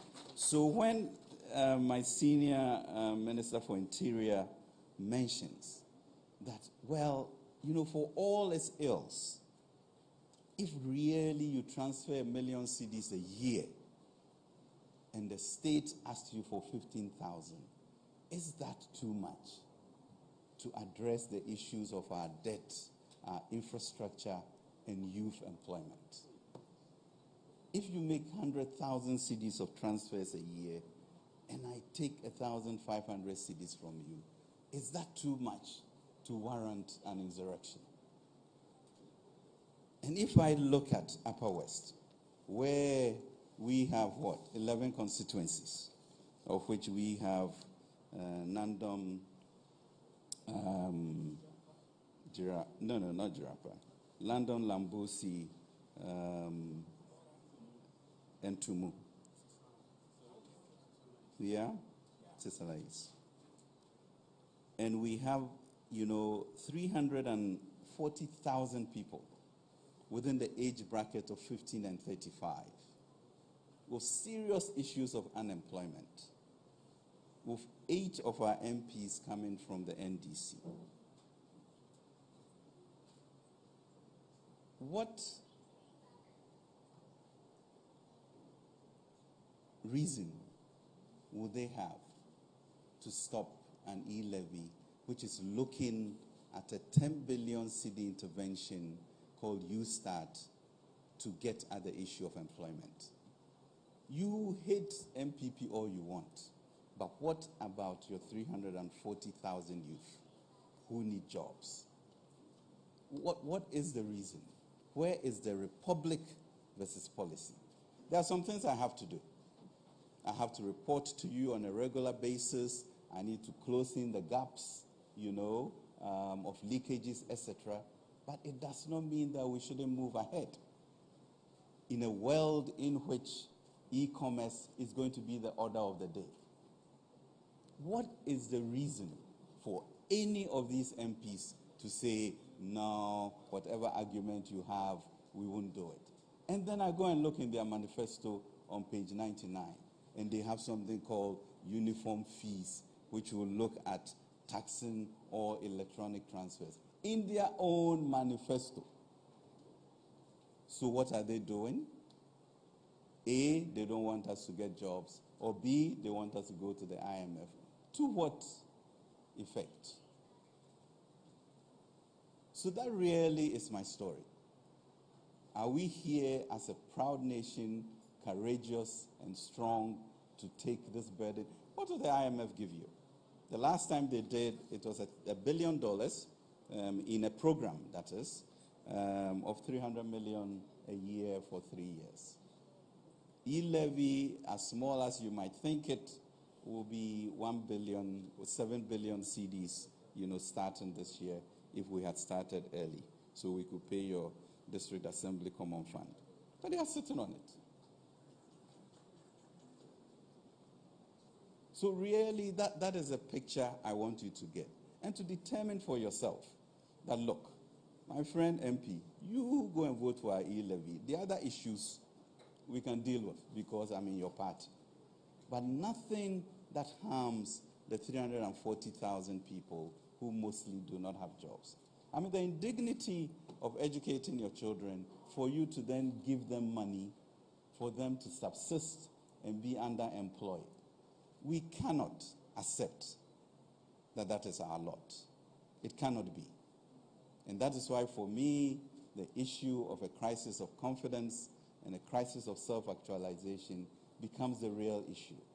Are we going to be honest with ourselves and determine how we move forward as a country? Because we are at a critical junction where there is enough money in here between me being efficient in closing loopholes and collecting taxes and reporting to you, and you understanding that we have to pay for this. And what we have brought is also not egregious. So I went to Parliament and said, I need to consult a little bit more so that we understand the issues, because you say that it's pernicious to the poor.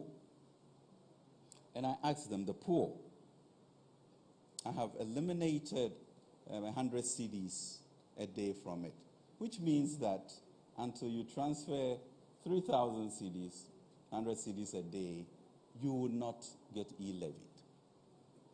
Then people say, oh, my pension money, I send a little bit to my child, and then that's going to be e-levied. Do you really send 3,000 CDs to your child, or are you arguing because you have heard it?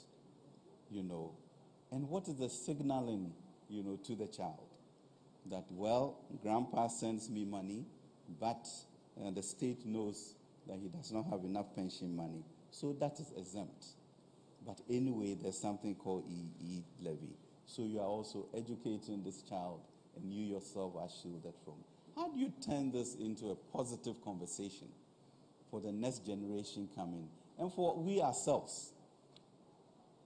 There's a proverb in Tree says, "Kwan ho noma na akwantu noma efe, nanso yede den sika ena eto."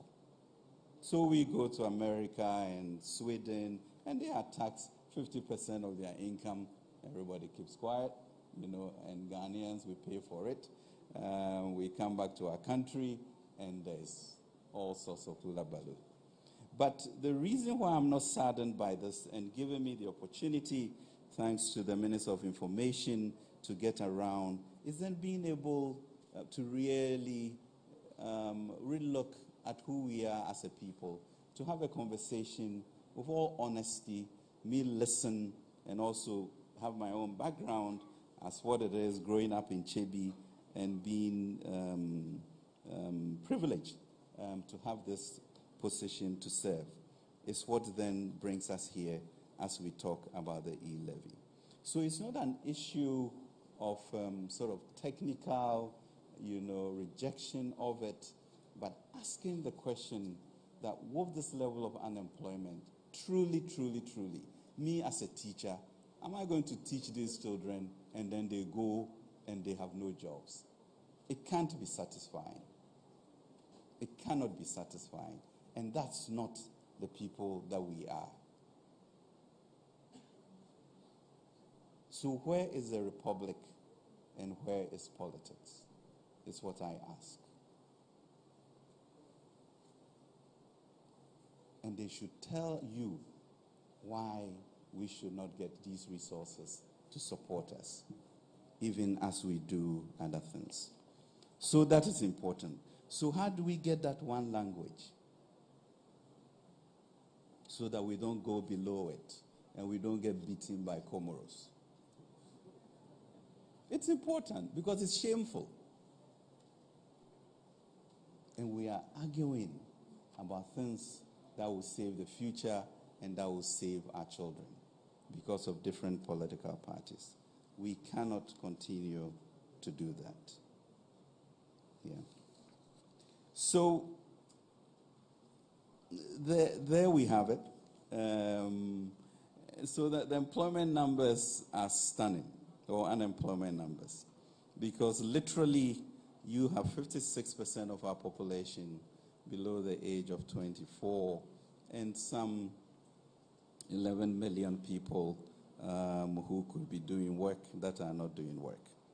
Then we have debt, which we have to pay for. But the issue about the debt, let's get some clarity on it.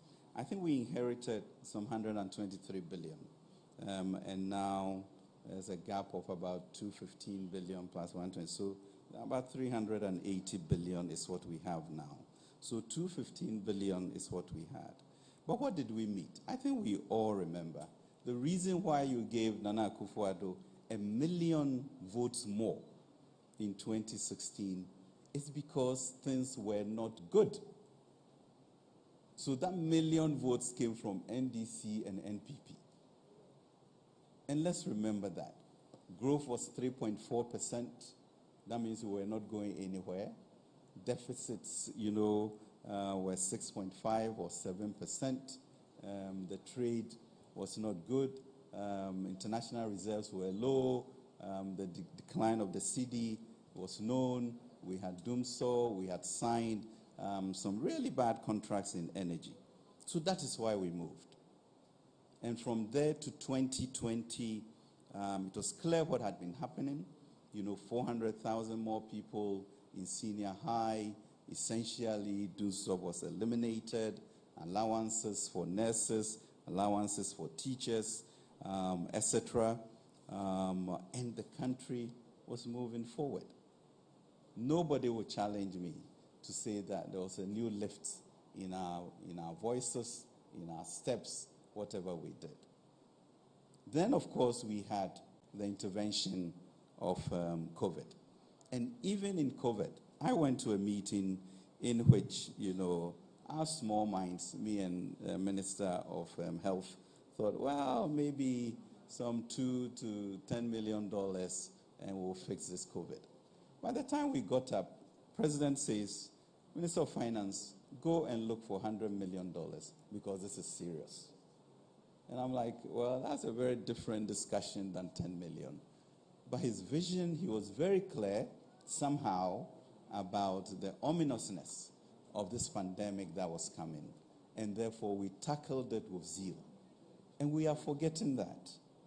As to the water, as to the electricity, as to the food that was distributed. And now about 300,000 deaths in Africa. Ghana has only 1,400. Not only because every Ghanaian life is important to us, but that then shows the magnitude of the intervention. And so we can't forget those things. we can't forget those things as we move on. Then we have our infrastructure. We all want our roads. And so we must, because it opens up the society and there's more productivity. So we need to find those resources. But they've defined how best we can get money for these issues, and that we can't continue to depend on the outside world. And we know we can't, because Ghana Revenue Authority tells us that of the 18 million people who could pay taxes, 18, only 2.4 million are paying. All of us sitting here, if we were to honestly look at whether we are paying, you realize that we fall short. So 2.4 million, 8% of the population is carrying us. That cannot be fair. We have to find a way for everybody to participate in this. How do we burden share as a people to get through, this triple helix of debt, unemployment, and infrastructure, so we build our society? And we can, because the resources are here. And we are comforted because even if you look at Ghana, I think our revenue to GDP is somewhere within the 12 to 14% range, whilst our neighbors, poorer neighbors, are in the 18 to 20%. So obviously, there's something wrong. And my pastor told me the other day, the reason why people are resistant? Because your tax system is like everybody having a little bucket where they decide to bring it in or dodge. Now you have brought a water hose. Everybody is passing through the water hose, and you can't get out of it, and they don't want it. So that's where we are. Do we want the water hose so that everybody pays their part of it? And don't tell me that it's pernicious to the poor because we have reduced it to eliminate that. But we have this problem. If nothing else, our youth, so that we can get employment going. And we come back to that society with one language, that society that cares about the neighbor, that society that ensures that a Lillian from Bilo, will be carried by somebody for her now to have a master's degree from the best university in Canada. Or a kind of Kenoforiata born out of wedlock, walked 1 mile to school with plantain in his pocket, now being finance minister. And he wasn't the best in Chebi, but the opportunity. That is the society that we are. And that is what we should rise to. And that is what Ghana is, that black star. It's not all those arguments about, you are not collecting this, you are not collecting that. We are moving from a business that is 78 billion in 2016 to one that is 950 billion in 2021 and going to continue. Why should we not begin to tax it so that we can do the work that we all have to do? Why should we be paying our civil servants such low rates, but at the same time it consumes 60% of our revenue? That can't be right. So we need to enhance productivity to be able to do that, So the E-levy really is a chance for us to show our true self, to build that righteous society where our politics is good, we are the toast of the world, where our economy, is moving on because we are an entrepreneurial nation in which people have jobs, where there's a certain clarity of righteousness as a people. So we protect and have values, that cannot be challenged. So that's where we are. And we can do it. I know we can, because I stand here as a testimony to what can happen if the good of our people are brought to fair. So, yes, it's been uncomfortable going through since November 17th about this E-levy and all the arguments. And it just dawned on me that truly the Lord is pushing us to say, Ghanaians, where do you want to go? How do you want to burden share? How can we do this? Because this government that you are talking about is very different from the things we met in 2017 to what we are all benefiting from. either your niece or your cousin or your son or your daughter must have gotten something. Let's not forget. The same way in which the Israelites sent the spies to the promised land, and Caleb and Joshua came back and said, we can do it. And there were 8 of them going through the crowd,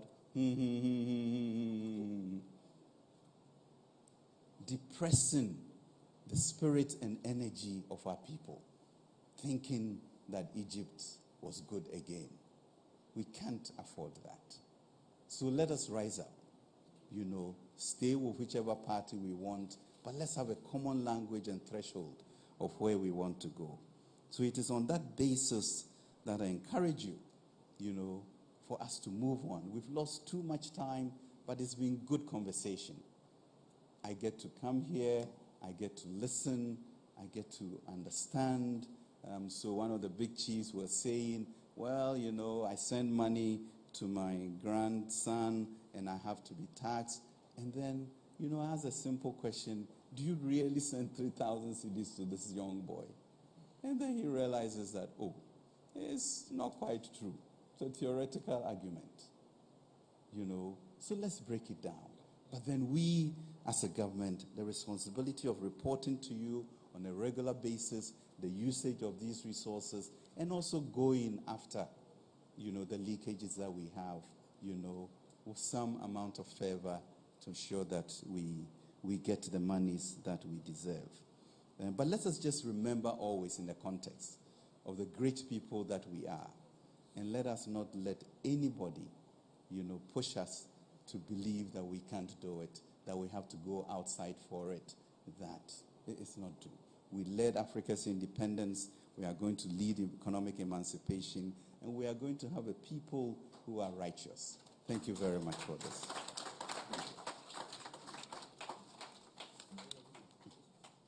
Thanks.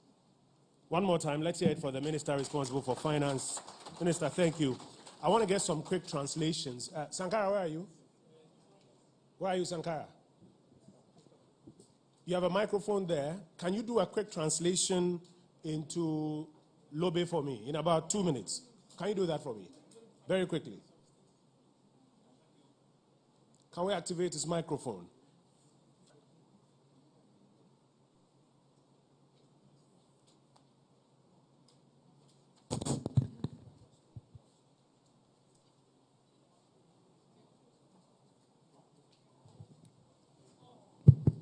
Good, thank you. Nimbere Najine, Egafra. As a minister, na kara silibi deal, tasene lesson e ka se Paul Janet Chin Sunni will tarse an eka to mal. Lola yi no yara irbi anya na obara uyurba honorable Ken Ofori Atam. We are Lampo Pala Yaban Wana Babola E-levy. O ina bonyan na tonson na o mal as Ghana tone. O mana will tase will yaka Simandon chain to pion libye yin na salton, bake na salsa yakabos on a sena, as soon for my dison fear. Bojun, Alabama de Ocose, yakabas on a sena, Ebama will yield frese a minute since your casitro, Kabara dar about Yarkabas on a sena, a weeka. Abala is soon flabasons here. I do pan ereka from de nandom de lambusieti de Tumuna for long time, Ning John Balni baby. About your able to not live in Yabia Lampo Palan Bola E-levy ball. Senior Libby John and Tom Maletun Anyan attack. Can dread Jabba change Jija to Pion Libin Nola Pone. Mobile ereka from car. Saracen a ven, based on your cousin Yavon chain tail. Antoine Mals Yiltase. As soon as can dread also a can see Frismia Blam. La Anna Eka yil Borsanya Jijasem Boro, Katonya Malfo, Yereka, Netan Suku Canfo, Bam Boleka Free SHS, Sijanyana Le, Tona Neyi Aponawa, Dr. Ye Malfo, a ye Uviel Violanya Sembe, Sere Anna Tuan Anyan Tabana Tuan Iraka Tunyam Baya, se saw a Casim Winsemia, Yereka Funchen, a Ghana Revenue Authority, Nubana Cares Lampo Deal Tase, Beka never buy a million pina Nina Tasa Kabayap, Lampoaka, a Ghana. Teacher Abara that never Manele, Bojung, by you a young Pioneer for 22, Nafinia and Babayan by Jack about 1, Wayara a Lampo Crosse. A little pine Ereka, as if you Jima Bada as a coup to a gene, but Taratumai. Nelson E. 1 year at Mokoba. Melison e kabaton chen suku chentel o den Paul Blains on man le un chen na sal ton suku selen wat bar as what lambi dia doelen wat bar e banya tomatun I was a cool chen for turning board. We are a simple young women in bear gomnet to port a san yet si dear. Eh, amela ama e. Ja blam le fontaine. Ta blank on me. Abeka, I believe but would be a jana but yono. Kaluika yil malsam in bibena, ben be Ghana, gomnet in sel called Mala. Talibian baby jum. Abeka asan yet a dearest libye. A jung yereka and peel in November. What turned wa gray. Wa don't gun good be in jai. I in yelling one walk water a call liam. Ndibe ya abanya abun lawon boko mal ko ka sel mboka asi tubin lana e kasi die mpan ti chabar kasi yon nisi bibi nisi yon tulise ka ba mi ir en dar kon na ba ma 20 a E-levy be a lampo pala ya ban de wan ko nan je libye no ko Ghana ban asi bin na si chini na si drichini ajun yare ka alibia ya ban dire why ban din tichine e son le son ja lo finance minister man lian wa lo man ko se ndo mene alibia se nya anton la si di anya la sidi anya la sa die won mana na son le son ja asima nyu ni ta anton won irwa dini na wa mana anya ko se lela won wara son ja na won mana krose ajunda ja wote ka yeli ina yel de ore won mana e ka wo tana kan na iso e ko e ka mala e kama ir libri na on mobile phone po na de ko mbie ku be je ko ayitin do ngba ko yere ka alibri la phone na ko fu bi amene fe ka million point ko ka lo baba pombe wa ibumba na ngba blanjale afu libri lo phone na ko bi lo wa par fo kon lo la ba ngba blan ajun yereka sita de anasal si sonfo loko iyele sen dial yowe ese mbore ka sornya lo finance minister nyen de wana esi jotu lana e ka se long tares Ghana libye na se lier cheche mantara esi debi na se kara se ton e barkan. Thank you. I kept hearing you say lampo. I'm sure that's the tax in the local language. So I've learned something from you. Muniru, comrade, if you can do a quick translation into Wale and Sisali for me, then we'll get to questions and answers. Quickly. Kinanye anane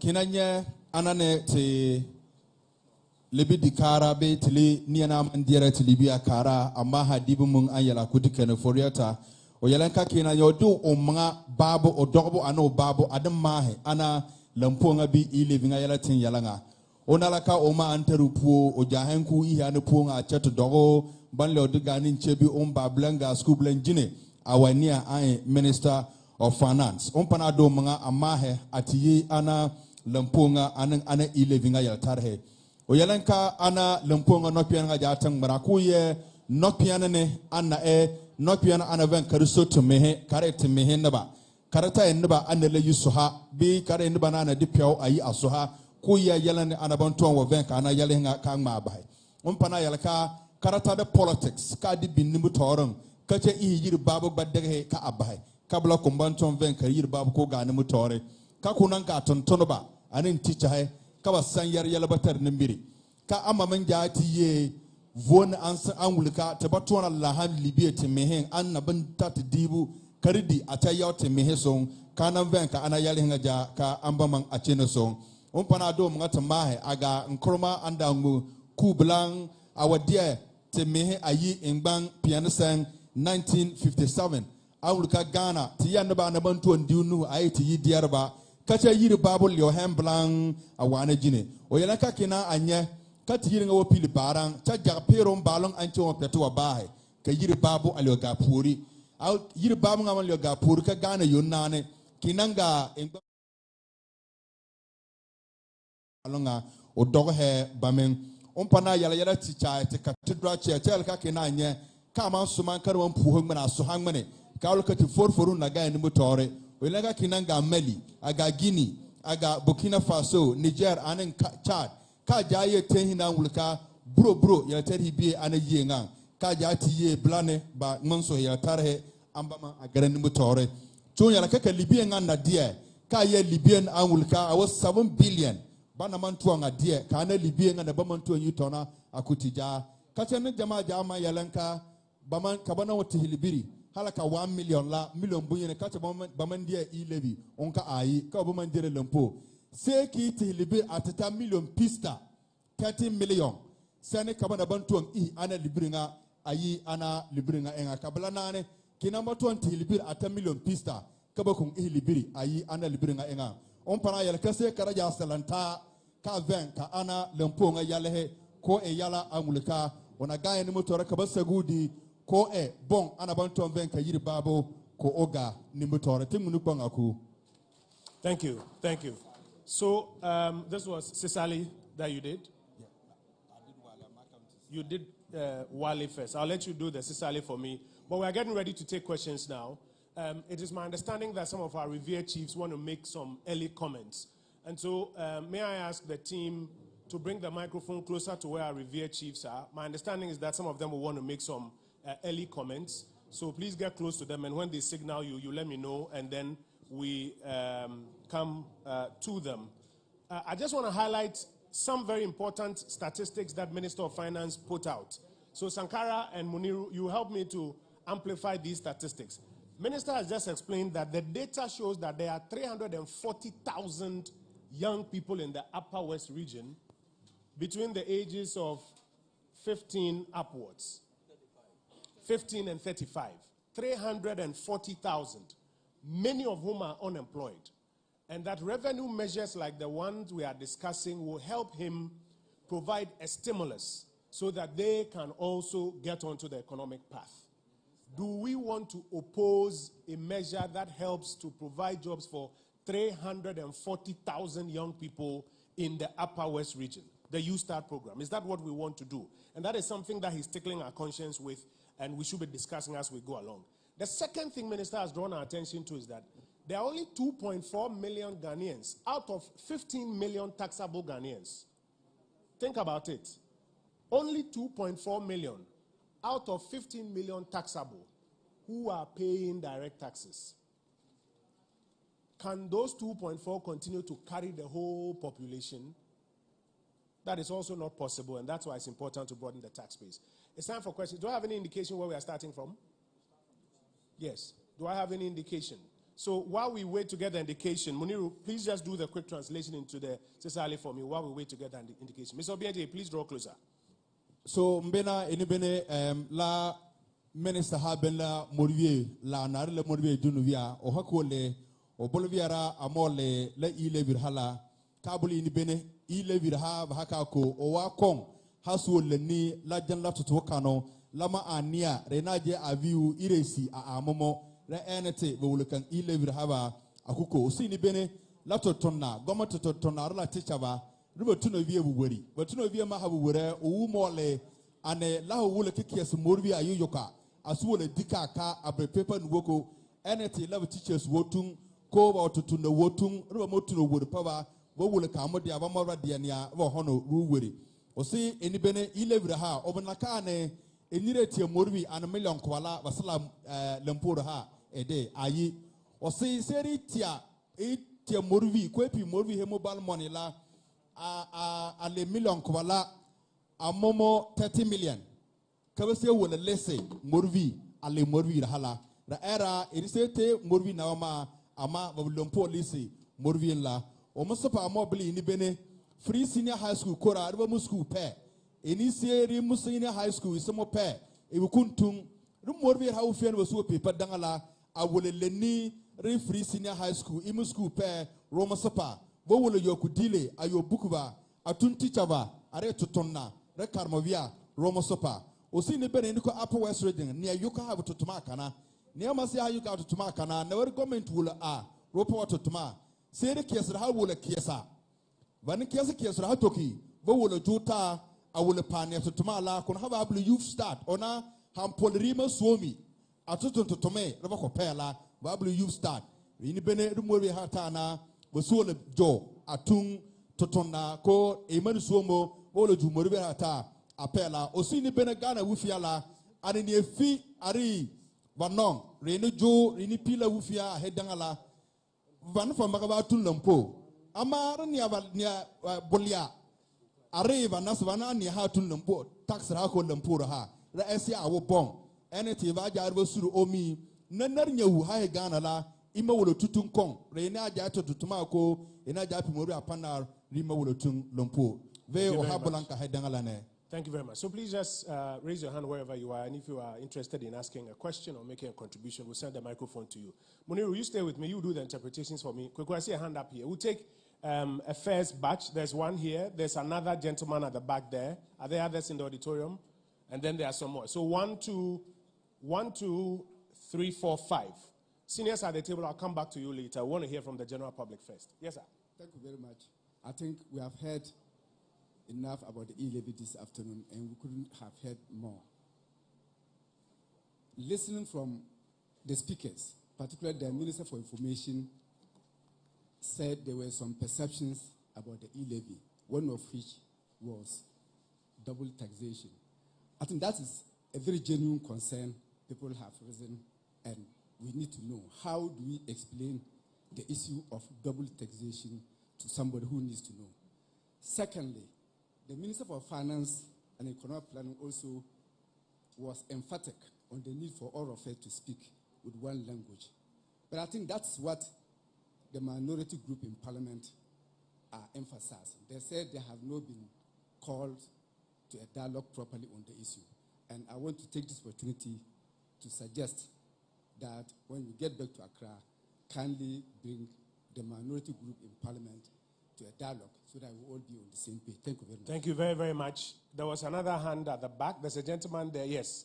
There's a gentleman there with his hand at the back. Kweku, come round this way, and then let's take the microphone there. And then I had 3 here. Can I see the 3 again? 1, 2, 3. Okay, there's a 4th one. So I'll come and take these 4 before we take responses. Yes, sir. And please just mention your name and introduce yourself to us. Yes, sir. Thank you very much. My name is Paul Sanyu. Oh, please speak up so that we can hear you better. Thank you very much. My name is Paul Sanyu from UBIX. My first issue has to do with a recommendation that we have heard of the E-levy very well education, and we are very okay with it. But for a start, can we look at a rate between 0.5 and 1%? Because when we look at countries that have introduced E-levy so far, such as countries like Kenya, Tanzania, and the rest, for the start, some of them look at it between 1% and 2%. And those who have it from that is above 1%, they rather apply it on service fees, but not on the transaction value. Okay, so in our case, if we are looking at it on the transaction value, can the threshold should come down? Yes, so the threshold should come down. That's the first one. The second issue has to do with the issue of the employment. Are we also looking at the possibility of people not leaving the digital platform, such that the unemployment that we are looking at, people who are already on this mobile money agent, when we have so much reduction in the transaction of mobile money agent, don't we see the possibility of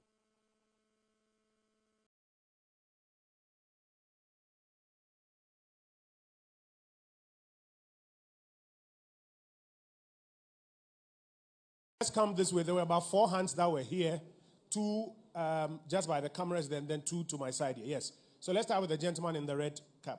What's your name, sir? My name is Alhassan Bashir. Alhassan, let's hear you. A representative from Dr. Hilalman Technical University. I want to know the sources of the revenue mobilization in Ghana. And secondly, we have tax revenue and non-tax revenue. Tax revenue and non-tax revenue.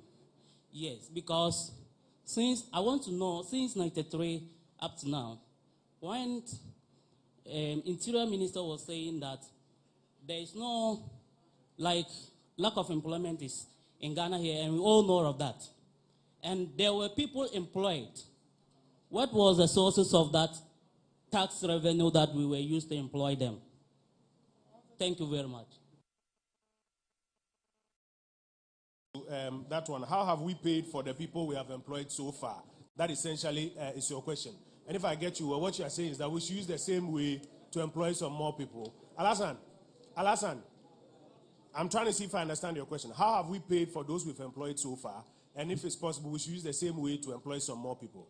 Minister, so that's Alhassan's question. Yes, sir. I'm Sabo Prosper, representing the Nurses and Midwifery Association. My question is, it means that if I'm to send 300 Ghana cedi, that's 3 million. If I tomorrow.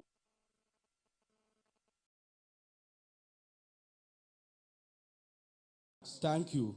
And my second request is that we know the country cannot do without taxation. But if you look at how people are paid through the salary system, I suggest that the government can also generate this tax by inflicting it on those who take above 3,000 to break the and the rich. So should increase income tax. Yes, government should increase income tax for those who are formally employed and who earn a salary. Yeah, those who earn beyond 3,000 cedis. Thank you very much. I like that suggestion. We'll let the experts speak to it. 2 more questions and then we'll take responses. Yes, sir, introduce yourself to us, sir. Justice Autry from... Can we have some quiet in the hall and hear his question, please? From Justice. Hiraman Technical University. Thank you for the opportunity. The E-levy, which is an issue that we want to generate income from, it has been a major concern to me that the state, when I went to the former education system where you go to O-level, and before you choose your subject in Form 4, you do all subjects. And what is money? We said I did science at Form 4, but you do general courses in Form 3, and I learned a cons. What is money? Money is a legal tender. It's transferable, it's durable. It can be used to pay for goods and services. The country has sat down for individuals to create money. This is the woes, and this is the repercussion, the problem that we are facing. Now, the individual company creating money, what they do is that now the people sitting here, when we count, they are having about 10 million in their wallets as they are sitting down. And all this money is with the individual company. They get the money, they translate into dollars, they just send to their home country and transfer to their home country. And we see that always there's pressure on our dollar. The dollar that we use to import goods, because we have allowed individual companies. So the problem to me, I have the issue to it. I went to the minister to go and meet him, but I met his absence. What the state have to do is that money should not be allowed individual organization to create money. Mobile money is money. What mobile those network can do is that when you send the money, it's not transferable. But once the thing becomes transferable, we allow individual companies to create money in our country. So what I'm saying is that Ghana mobile money, electronic money, should be operated by Bank of Ghana only, not any individual country. Other than that, all our money will be sent. They change into dollars and send. Justice, that's what is creating problem. Thank you. Very quickly. Very quickly. Is that we respect that we want to create more money, and increase in income is also equally to save in expenditure. Another way that we can save expenditure in financing free HSS is that you should give each student Ghana card, and when you complete school and you get employment, you start paying. Those rich people will opt out. And when they opt out, the country is going to save huge financial burden on the state. And that's the way to go. Because it's not sustainable for the state to offer free education to all people, while the people can afford. Thank you very much. Thank you very much. That's justice. I'll take a final one here. Then we'll make some comments and then get reactions. Yes, sir. Yeah, thank you, Minister. I'm Joseph. Joseph, let's hear you. Yeah, Contour. Yes, Minister, the 2020 General Auditor Report. Auditor General's General report. Published in 2020. Yes. For the years spanning, which years are you talking about? 2019, 2020. In that report. Take your time. The one published in 2020. Yes. But spanning which period? Yes, I think it's expanding from 2018, 2019. I don't think so, but you go ahead. Yes. You go ahead. Yes, but I think, my point I'm making is that in that report, the report indicated that 27 billion is what have been achieved from our internal generated funds. No, that's not correct. Well, I'm speaking. No, it's not correct. Yes, my point is that, Minister, I'm an information officer. These details I'm giving you, have been argued seriously on a WhatsApp platform. I did indicated. Can we please be quiet and listen to him? He says that according to calm down. He says that according to what he has read, yes, 27 billion has been achieved. Yes, on that discussions that we had. Relax. Achieved as in revenue mobilized or what? When you say 27 billion has been, so that everybody understands you. Minister, as in revenue mobilized. That is the discussion. Okay, we'll give the correction. Go ahead. Yes. The point I'm making is that I am trying to draw your attention on a discussion on that platform. And now I've decided to represent them and ask that question because I raise similar issues you are raising. Yeah. These legal issues about the time spent and all those things. But the argument is there. And I think you understand from which political divide this argument is coming from. And I've struggled to explain myself, and I'm trying to use this platform to get answers. To get answers because they are listening to us right now. Very well. They are arguing that this money is what the country have realized, the 57 billion. And out of this money, 3.5 is what have been reported as a stolen money. Don't we think that if we recover this money, if we put in measures to recover this money, including the one that my ministry, information ministry, the 1.3 billion that you reported that have also gone missing, if we are able to recover all this money, won't we be able to do away with E-levy? Now, the other argument is that this E-levy that we are talking about, if we agree and Parliament pass it, what are the loopholes? What is the system that we are going to put in place to check these leakages so that the money will be well expended? Thank you. Thank you very much. I quickly need to make some corrections before.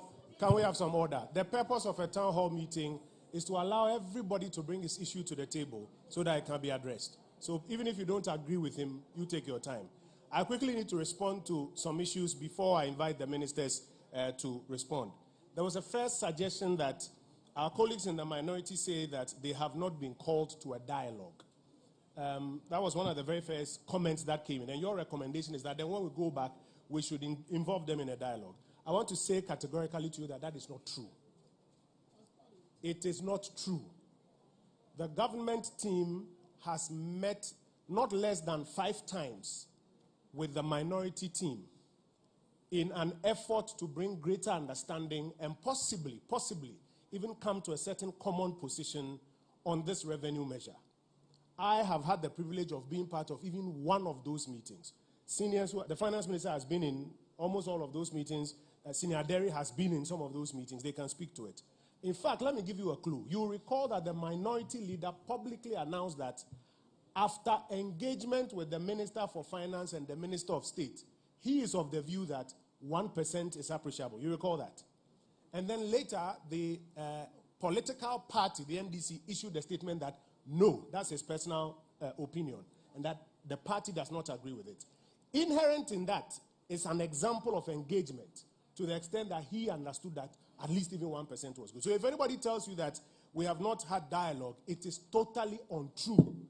Dialogue has gone so far that today we are here in WA listening to all ideas and suggestions, including the suggestions that we should tax beneficiaries of free SHS so that they will pay for the sustainability of the program. That is how deep this minister has gone with the subject of dialogue across the country. So I want to quickly disabuse your minds of that. It is not true. We'll continue engaging and dialoguing. And our expectation is that in the end, everybody will recognize that it is the interest of the Republic that should be supreme, not our partisan interest. The second matter I want to speak to is a claim that when you allow telecom companies to have an electronic wallet in which you can have a representation of your money, and they take money from you and have an electronic wallet. The gentleman who asked the question, if he is please listening to us, when you put your money on a Momo account, they transfer the money abroad, and that puts pressure on our currency. That is also not true. When you put your money on the wallet, that money stays here in Ghana. What they transfer abroad is their end of year profit after tax. And we need to be clear with it so that we also don't send panic into that side of the ecosystem. So it's not true that when you put your money on a Momo account, quickly the money is transferred abroad. No, that's not true. The money stays here in the bank accounts and the wallets of the telcos, which are regulated by the Bank of Ghana through their commercial bank accounts. It is only their profit after tax and when dividends are declared that they may transfer some to their parent company. But you have a point there. If they are taking your money for the service that they are rendering and may not necessarily be building roads, hospitals, other things, and we are comfortable with it, how about if the Republic wants just a little bit to be able to do your roads and provide jobs for 340,000 people in the Upper West region? So you have a point there, but the factual inaccuracy should be corrected. The last point I need to quickly correct so that somebody doesn't take it home. For example, Information Ministry, there's no 1.3 million cedis lost. That's not true. The Auditor General's report for 2020, which spans a number of years prior to 2020, mentions a number of irregularities, about 12 billion cedis irregularities. It does not mean money is lost. Sometimes, let's say ECG can, or Energy Ministry can take meters or something from ECG for a particular purpose. They haven't completed the process of accounting and refunding for it. It will be described as an irregularity. Now, the fact that irregularities of about 12 billion have been mentioned in the Auditor General's report does not mean 12 billion has been stolen. Indeed, the Auditor General's report is not a fait accompli. It's not a final document. That is why when he finishes, he takes it to Parliament, and Parliament sits and invites the people. So, for example, when we went there, they said irregularities of 1.3 has been mentioned by the Auditor General. We said, the Auditor General is here. We have asked him for 3 years now to give us evidence of this 1.3 so that we can find out and investigate. It has not been provided for us. And you notice that the chairman of the committee instructed the Auditor General that go and provide the details. Because you can't tell the public that 1.3 million is irregular and not provide the details to help the institution deal with it. Also, very finally, half the time, by the time ministries appear before the Public Accounts Committee, they say it was mentioned as 500,000. But between when it was mentioned and now, we have corrected or regularized that amount of money. So it's not true that 12 billion is stolen, let alone this thing about 27 billion, 57 billion, 3.5. I just wanted to make those remarks. Senator Derry, your microphone is active where you are. If you can respond to some of the questions that came your way. Yes, thank you very much. But before I go, I want to add more to what you are saying. I appeared before the Public Accounts Committee over a week ago. And the issues they bring concerning prisons, fire, and the rest of them, some of them is just, where is the receipt? You provide it. And then that is it. So I've appeared there, and no minister has gone there and been told that you couldn't account. And most of the time, we are even asked questions of periods that were not ministers, but we are able to deal with it. So don't confuse irregularity with money having been stolen. The gentleman asked me an interesting question. That from 1993, E-levy wasn't there. So how were they employing people? And I want the man to help me. By the time we came into power, many batches of teachers had not been employed. They finished school, not employed. Nurses, not employed. They were there. We started employing them year by year by year to get to where we are. But before I even come out to the 1993, I went to Interior. When we got to Interior, how many policemen did we have? Have you ever heard them recruiting 5,000 policemen? Never in this country. Have you heard them recruiting 2,000 fire service? Never in this country. Indeed, under the previous government, there was virtually no employment. Very few people were taken. That is the case. We are talking about 93. 93, they started collecting taxes. I came here as minister in 2005. When I came here as minister in 2005, the activity you saw in the region, and wow, have you seen it before? No. Because you are not adequately doing the things. We did at that level and we're raising it to a different level. Let me come to the police. When we went to the police, no promotions at all. Police are here. They should contradict me. No promotions.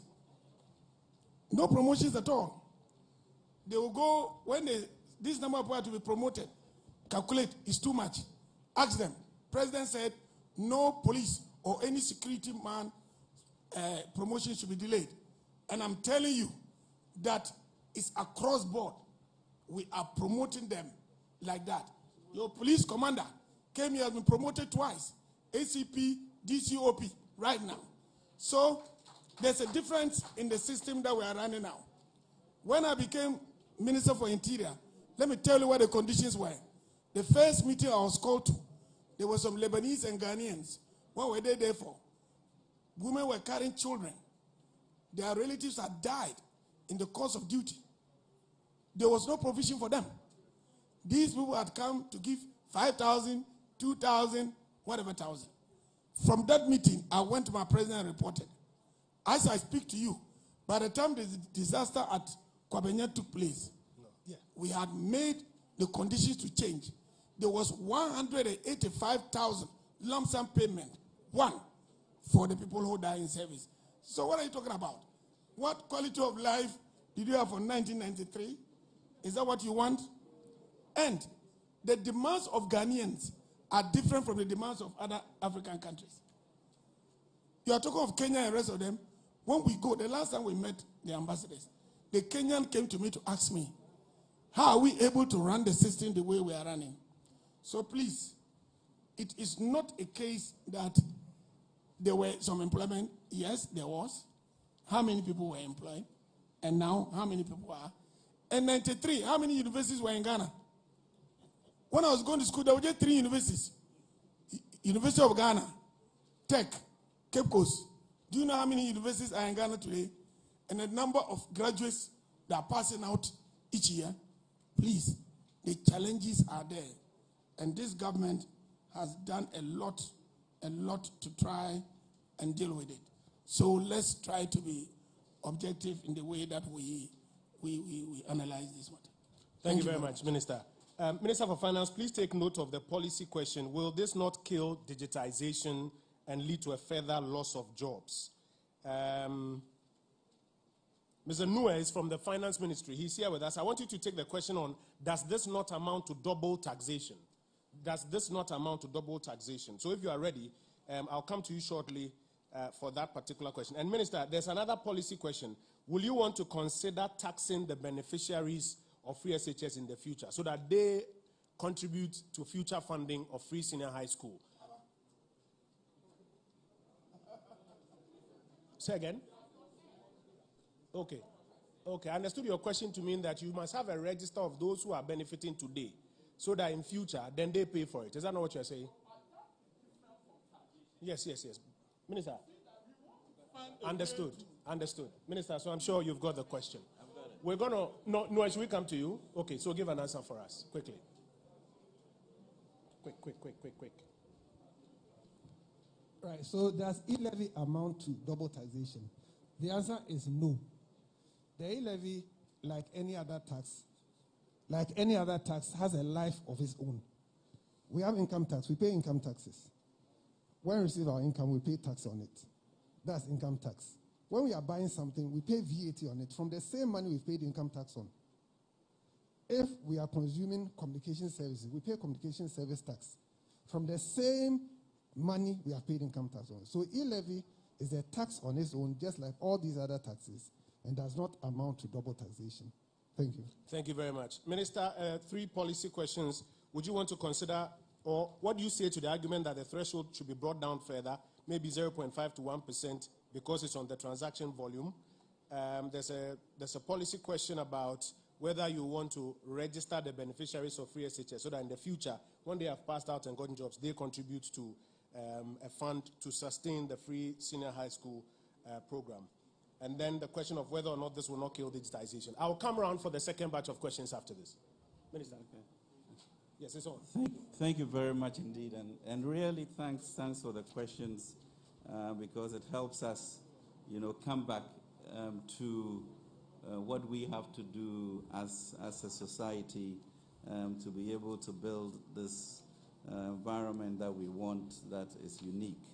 The question of rates is also a question of how much you need to do the work that you want to do. So if I say that I reduce E-levy today by 0.25, I'm saying that I'm taking 1 billion cedis out of the system.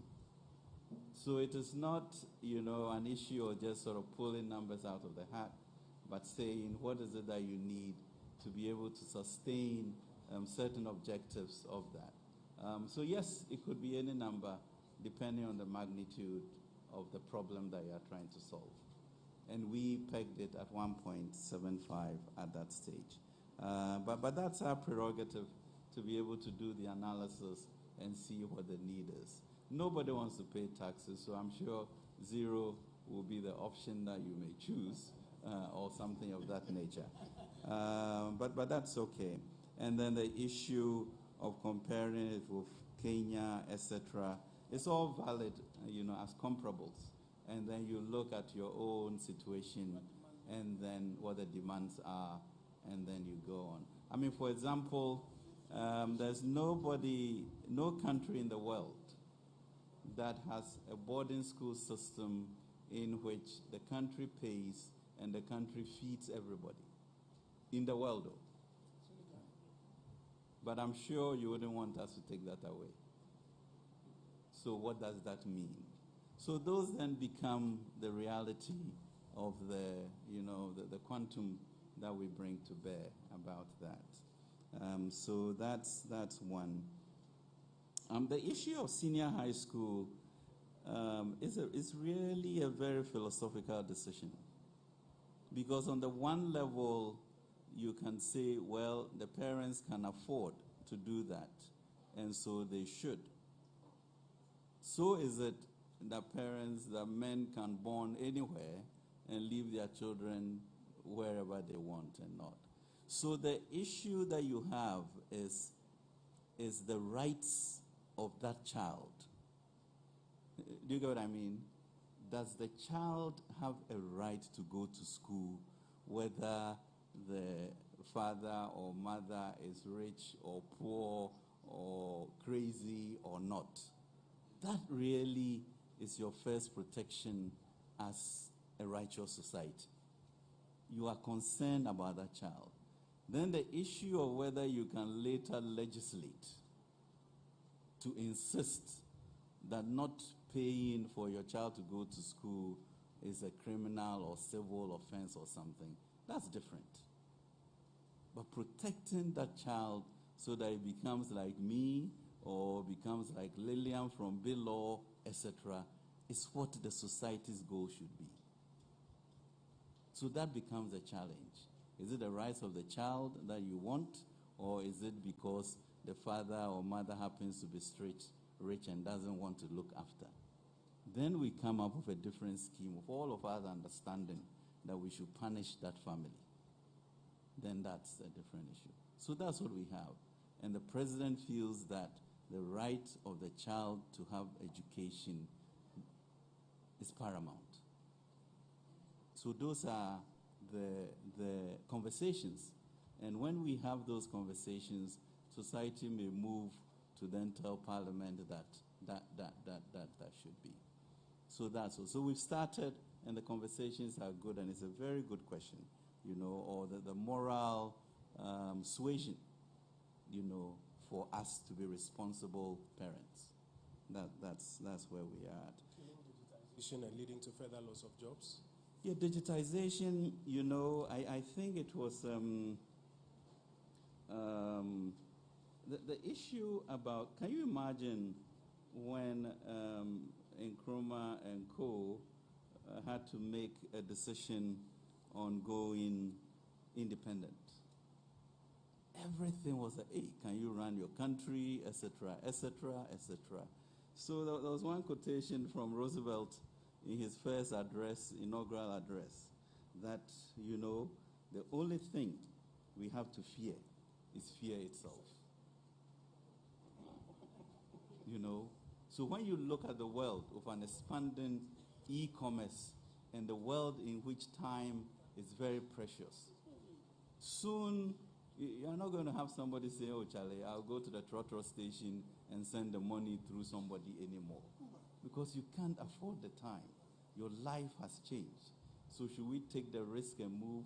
The thing has moved from 78 billion to almost $1 trillion. So yes, there will be some people who will try and rope a dupe and get out of it. Soon they will get tired. They will come back to reality. So do we, as leadership, take that risk? And we say, yes, we will.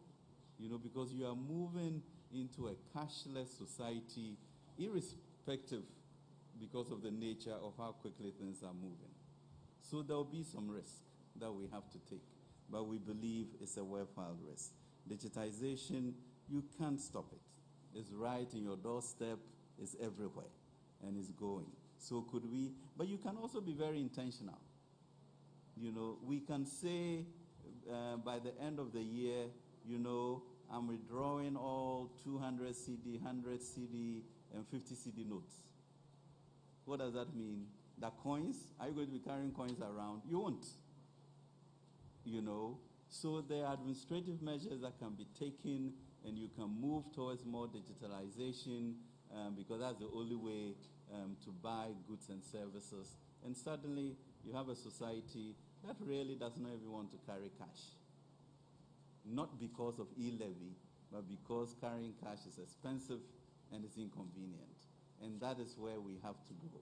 You know, right now, as we move towards Ghana.gov, you can't, soon you won't be able to pay anything to a government agency with cash. It will be over. And gradually it will seep into, you know, the broke man on the side of the street, because you transfer your money to her mobile account, because that becomes a new bank account. And that's where we are going. So let's envision ourselves as a modern, confident society. And then these things are just issues of going through, but not fear to stop us from going forward. And I think, you know, more conversations like that will gradually reduce people's anxieties, and then we move on.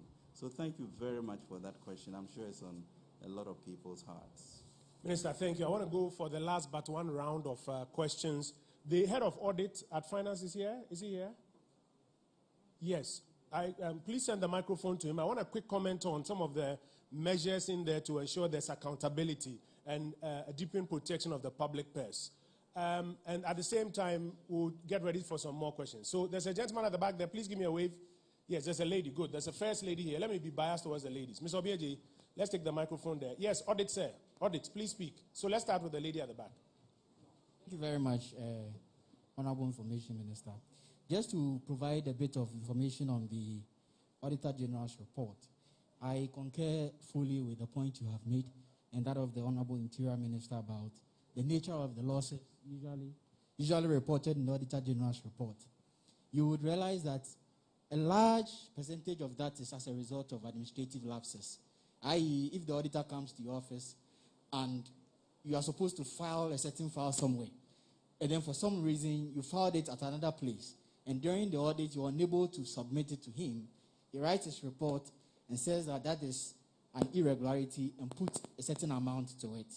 So, as has been pointed out, when you go to the Public Accounts Committee, and I've been there several times, I was there about 3 weeks ago with the Ministry of Finance and GRA and Controller and Accountant General, where, for instance, most of the information that was required at the time of the audit have subsequently been supplied to the auditors, and the auditors confirmed. But guess what? Those information were not monies that were lost that someone went and paid back. They were documents that were not available, or for some reason they were in other regions which was not available at the time of the audit, and subsequently those documents have been made available to the auditors. Yet in the report, it is suggesting that a certain quantum has been lost, which is not the case. But Honorable Minister, right to the point about revenue, which appears to be the significant infraction in the report. In 2018, for instance, you had about 4 billion reported as revenue irregularities. In fact, in the same PAC meeting which we attended 3 weeks ago, GRA demonstrated recovery of 86%.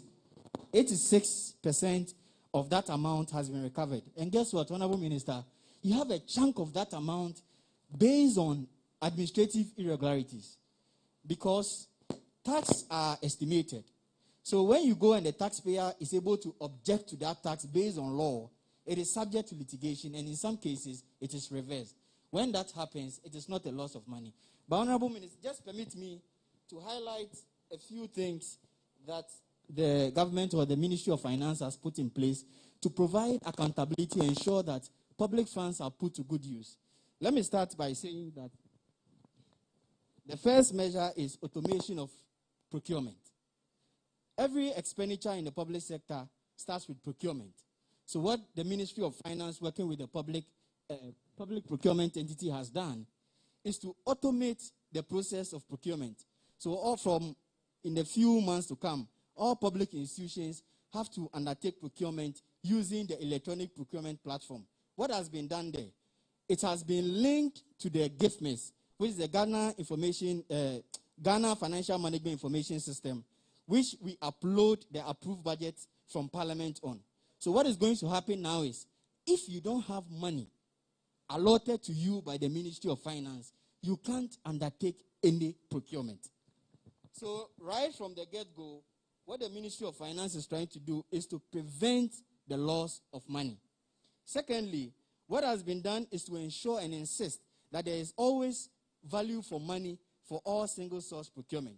You can't receive payment from the Ministry of Finance if you haven't undertaken value for money. We bring independent people to check whether the cost that you have put in your contract is actually what it's supposed to be. And if it is not, it is rejected. The next point that the Ministry of Finance is also championing is restructuring internal audit service. The internal audit service is going to be an independent institution who will check before you even use the money.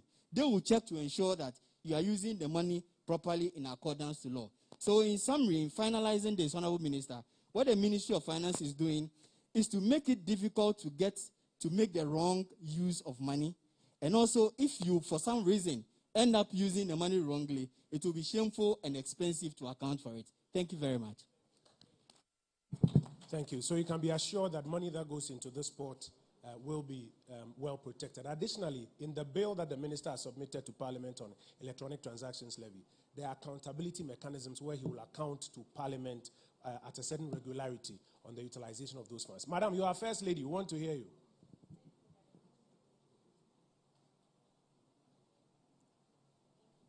Thank you very much for the opportunity. My name is Priscilla Kadivara from UBES. And I believe that the very essence of this town hall meeting is to dialogue, take the opinions of the Ghanaian people. Absolutely. So let's go. Yes. So I want to ask the Honorable Minister of Finance, after listening to all that has been said here and all over Ghana, would the Finance Minister and his team pause to take a U-turn on this E-levy? That is my first question. Where U-turn means what? Drop it. A U-turn. Or because already you notice that following the interactions, the minister has gone to deal with the telecom companies to have them reduce their charges once the levy comes into being.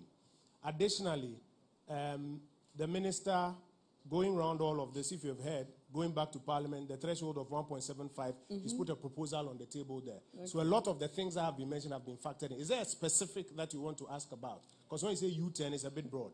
Well, a U-turn as in after listening to everything, and then the majority is not in for the E-levy, would they be willing to drop it? Yes. I'm just asking. Yeah, that is assuming a poll says the majority are not in favor. Yes. Very well. Yes. I hear your question. Let's go. And then I also like to make a few recommendations if the permission is given. Please go ahead. First of all, I would like to make a recommendation that government should make it as a matter of urgency to pass the tax exemption bill, because I know that as of now it has not been passed. So I think that if government is able to pass that tax exemption bill, it will narrow the gap in the tax system. Absolutely. Yes, and then also I think that government should pursue a pragmatic property rate tax regime to be able to help augment all these issues. That's in the 2022 budget? Yes, please. Yes, it's there already. Yes, and then I think that government should also take the necessary steps to rope in the informal sector, because we all know that the informal sector contributes a little to that of the... Through modified means, please. Yes. No, don't worry. You know, there are people in the hall who are saying that, yeah, what you are saying is true. That's the same as E-levy. But don't worry, you express your opinion. And then also, I want to direct this question to the Minister of Interior. Yes, he made a comment that the rich are the worst offenders. And I just want to ask the Interior Minister, what measures is Ghana or the government putting in place to ensure that the large tax defrauders are brought to book? Thank you very much. Thank you very much. So, Interior Minister, tax evasion, what measures are being put in place to ensure that tax evasion is kept? That's actually a finance minister question, but of course... I think you want to hear my voice. Yeah. And then because finance minister doesn't have police, you have to work with Interior Minister. Madam, we're happy. Are there any other ladies who want to be biased towards the ladies? Gentlemen, I'll come to you. Are there any other ladies? Any other ladies who want to speak up? Yes, Madam. Haja, do you want to speak? In any language? Say it in Wale. You translate for me, right?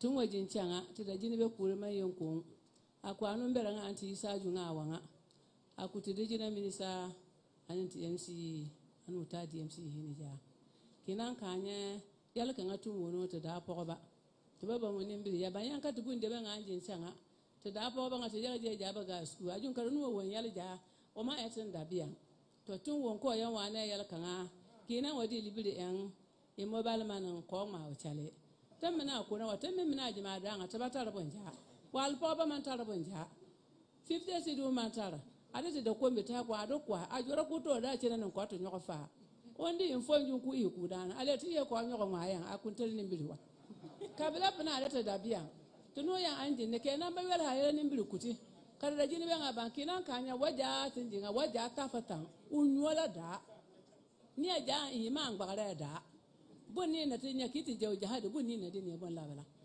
mena man jora da biya kina mena waga to ko habora ko tusidi adi infonju waki waje wo aga ko de 150 pesos ku ana tan ni bili ana bi an kada biya kwatu wata baba yan point mbe wa aju manjin ne da ja ta fatan da po ba jaji mu manjin ne ke yel kalu wonwa ana na no suma ke ikutu ana ne me an ko wa suma ke sonta ya baraka. Thank you comrade. Please translate for us. That's right. So, Mr. Minister, we are just market women and we are here to listen to you. We want better explanation of the E-levy.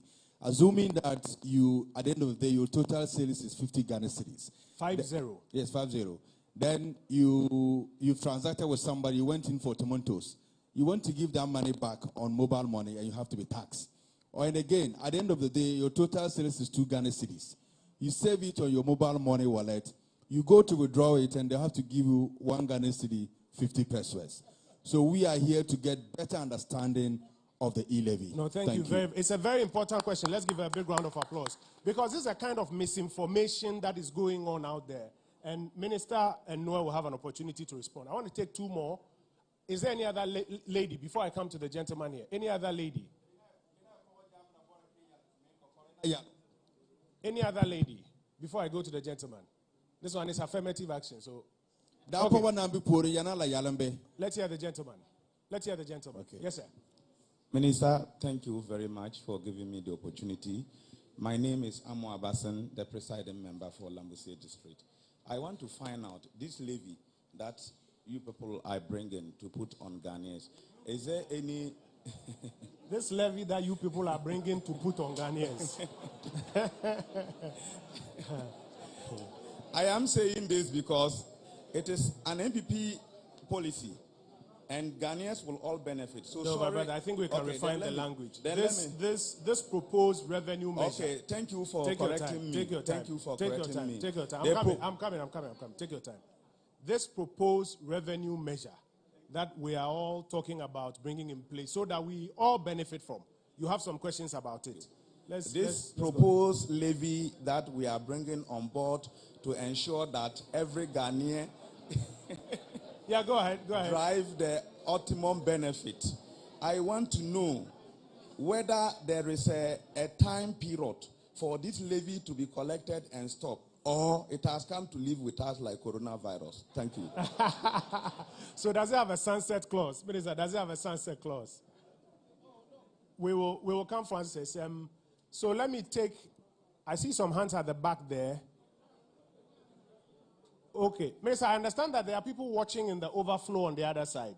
And so they've also come in because they have questions to ask. So, Kweku, can we just identify them? Let's count them, about 5 or 6 of them. Let me take responses, and then we'll give you the final batch of questions. Those who've come from the overflow with your questions. We'll count all of you and give you the final batch. So, Minister, I think you wanted to say something? No, I think basically, although the lady referred the question to me about taxation, I think I'll leave it to the finance people to answer. Very well. It's more within their... Very well. Noel, you have the microphone. Very quickly.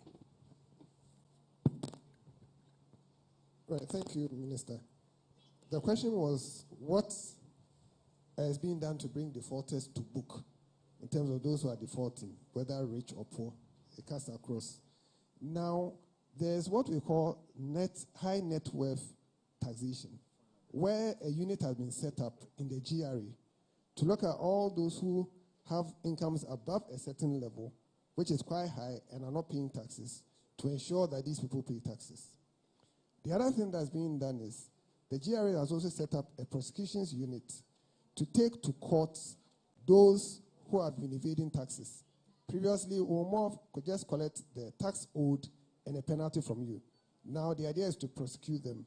A tax court has also been set up by the judiciary for that purpose, where cases involving tax will be tried very quickly so that justice can be served.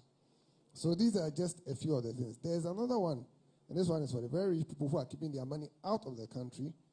There's a system we call automatic exchange of information, where all that information will be given to us in Ghana, and we'll also tax those amounts. So those are some of the things we are doing in terms of that. My auntie, the market woman, asked 2 specific questions.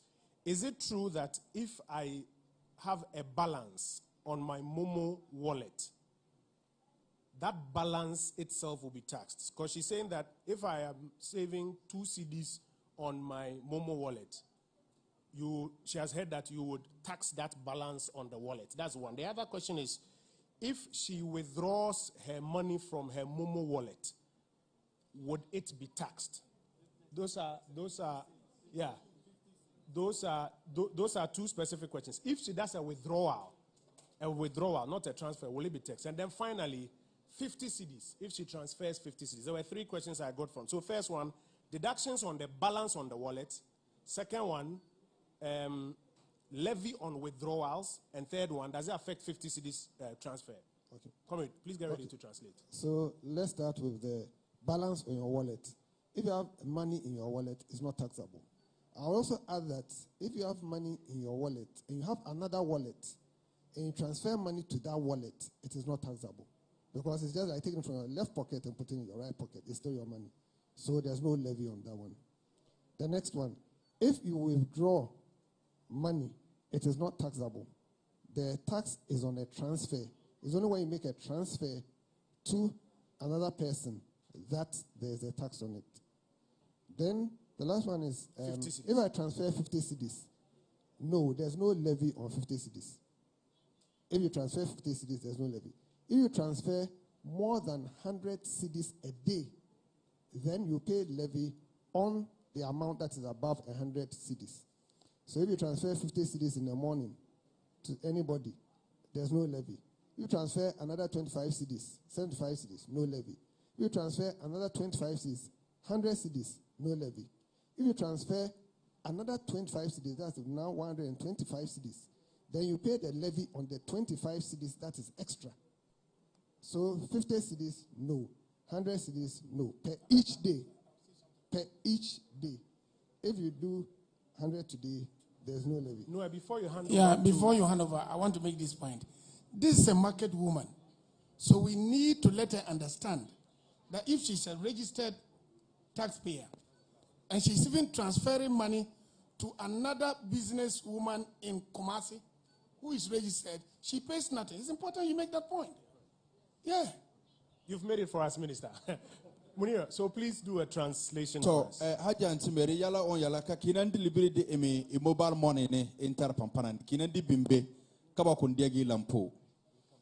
Kinamang aladi imbela gaki bakula diagi lampo. Kinamang nan adi libiri awo 50 Ghana ne en yala ne kidu kunye bakundiagi lampo.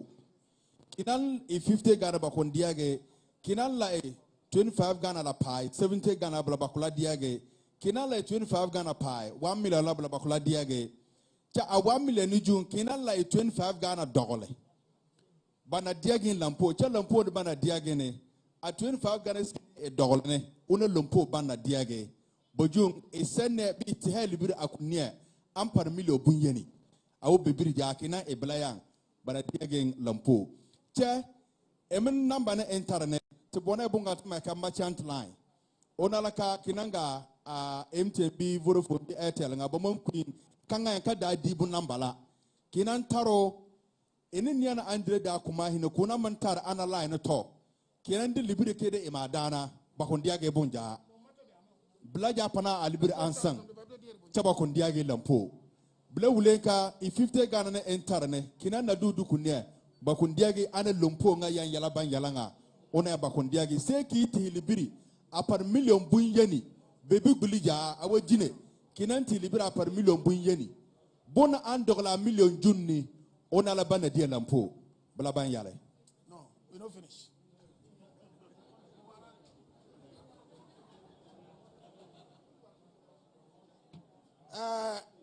In Sene, Kina Boraka, Kina register check, Ki da for Kababanke, Bebola merchant.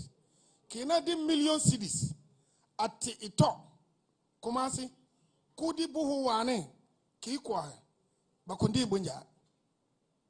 It's important you make the point. Kina yiche atiko ida pogot to soma kona dibu wakuye free la. You should let them understand. Kana a million tibadi bunja. We're going to go for the final batch of questions. We've ceded that to our friends who joined us from the overflow. Minister, as I mentioned, not everybody could get a seat here, so there are those who are watching on television in the overflow, and they have questions, about 5 of them. So let's hear you. Introduce yourself. Let's please be quick. We have only 30 minutes to wrap up. Thank you for the opportunity. My name is Hafiz Timbile. I work with WFM. And I appreciate that you are here to actually tell us why we need to pay E-levy and other taxes. And I was expecting that the frequently asked questions you give us would have been addressed here. But that has not been done. That is why some of these questions are coming. And I just want to flow from what I have read here, which has to do with transfer within individual accounts. I own 2 accounts. I transfer within them, taking my money from one pocket to the other. You just answered that one here. Yes. The other leg is that, having read this one, I've seen the examples given concerning only mobile platforms. I have a bank account. I transfer from my bank account to my mobile wallet. Is there a charge on it? Okay, we'll get your response. My second concern has to do with people who have issue with fairness as far as this E-levy is concerned. I go to buy fuel, 500 cedis. Yes, the 400 will be charged E-levy. Someone else buys the same amount with cash. He goes without paying. How do we address this fairness issue? Thank you very much. Question number 2. My name is Ambrose, a student of UBS. Ambrose what? Ambrose Bayo, a student of UBS. I just wanted to be sure. Yeah, go ahead. Yeah, I have a problem with the government because we are on a strike almost two months now, and we didn't go back to classes. And then the government is serious about E-levy. on the education side. So let's hear him. Let's hear him. Yeah. You are not happy that the lecturers have been on strike. Yes.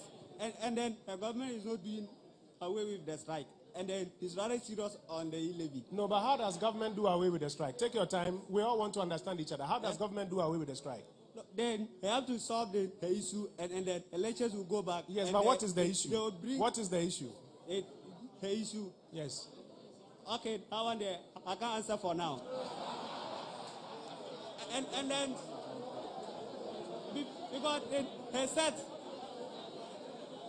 because the government have to... Let's take it easy. Calm. Let's hear him. The essence of a town hall meeting is that we can exchange ideas. He says the government should solve the issue. What is the issue? He says how I can't answer for now. It's about their salary. Yes. Yes. And then they have to make sure that our lecturers come back before they bring in the E-levy, and we can support. We hear you. Thank you very much. Let's give him a round of applause. Minister, I'll come to you. Let's give him a round of applause. Let's go to the next set of questions. We hear you. We hear you loud and clear. Let's go to the next person so that everybody can speak. We hear you. Yes, sir. All right. My name is Anthony Pori. I'm the MD of Agri-Access. Thank you very much for the opportunity to ask this question. My concern is the rate, which is I've seen that you've reduced it to 1.5. But I was looking at, considering the situation we are all in, that is the COVID and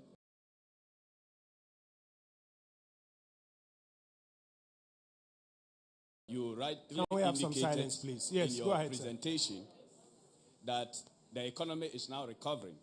It means that businesses are gradually recovering. Picking up, yes.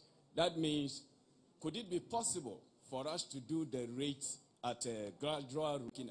I hear you. That question has been asked already. The Interior Minister mentioned something. Come on, Korba, come go. That means that delayed in cooking doesn't mean you sleep with hunger. We only delay the amount we can mobilize for the first year, and gradually we'll get the total amount. Thank you. That question was asked earlier by somebody who said between, I think, 0.5, and I think it was answered. So that's been asked and answered. Questioner number 4, and then we'll go to number 5. Thank you for giving me this opportunity to talk about farmers. I think all of us sitting down here, we are all hungry. But you are talking E-levy. You didn't invite the farmers to come and participate on the decision making. So I was one of the group of farmers who say I will share idea with the E-levy. Last year, I will negotiate with tractor owners. They will go and plow with some people at the villages.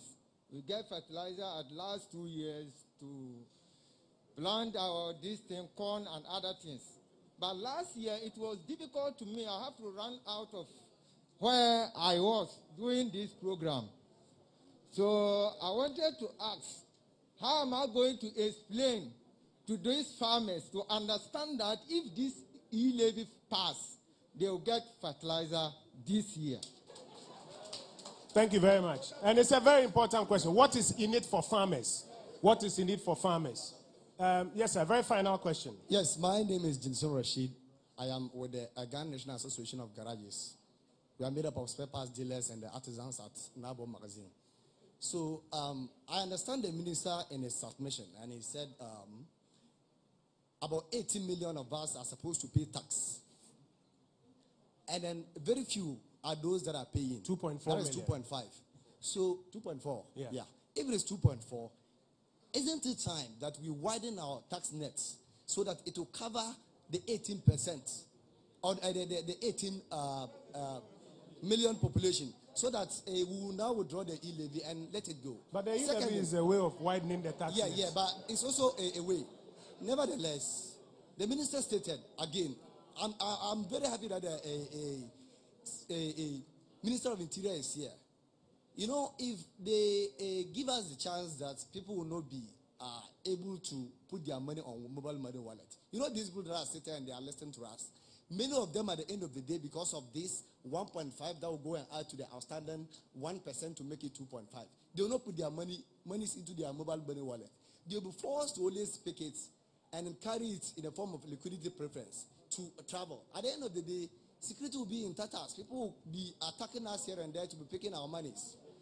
Thirdly, during COVID, we spend much time, much resources on sensitization that people should use this E-levy so that, we will not have the high risk of affecting COVID. So people have switched into it now. Now, if you are given the chance that people, or we increase this E-levy to be 1.5 to the outstanding 1.5 to be 2.5.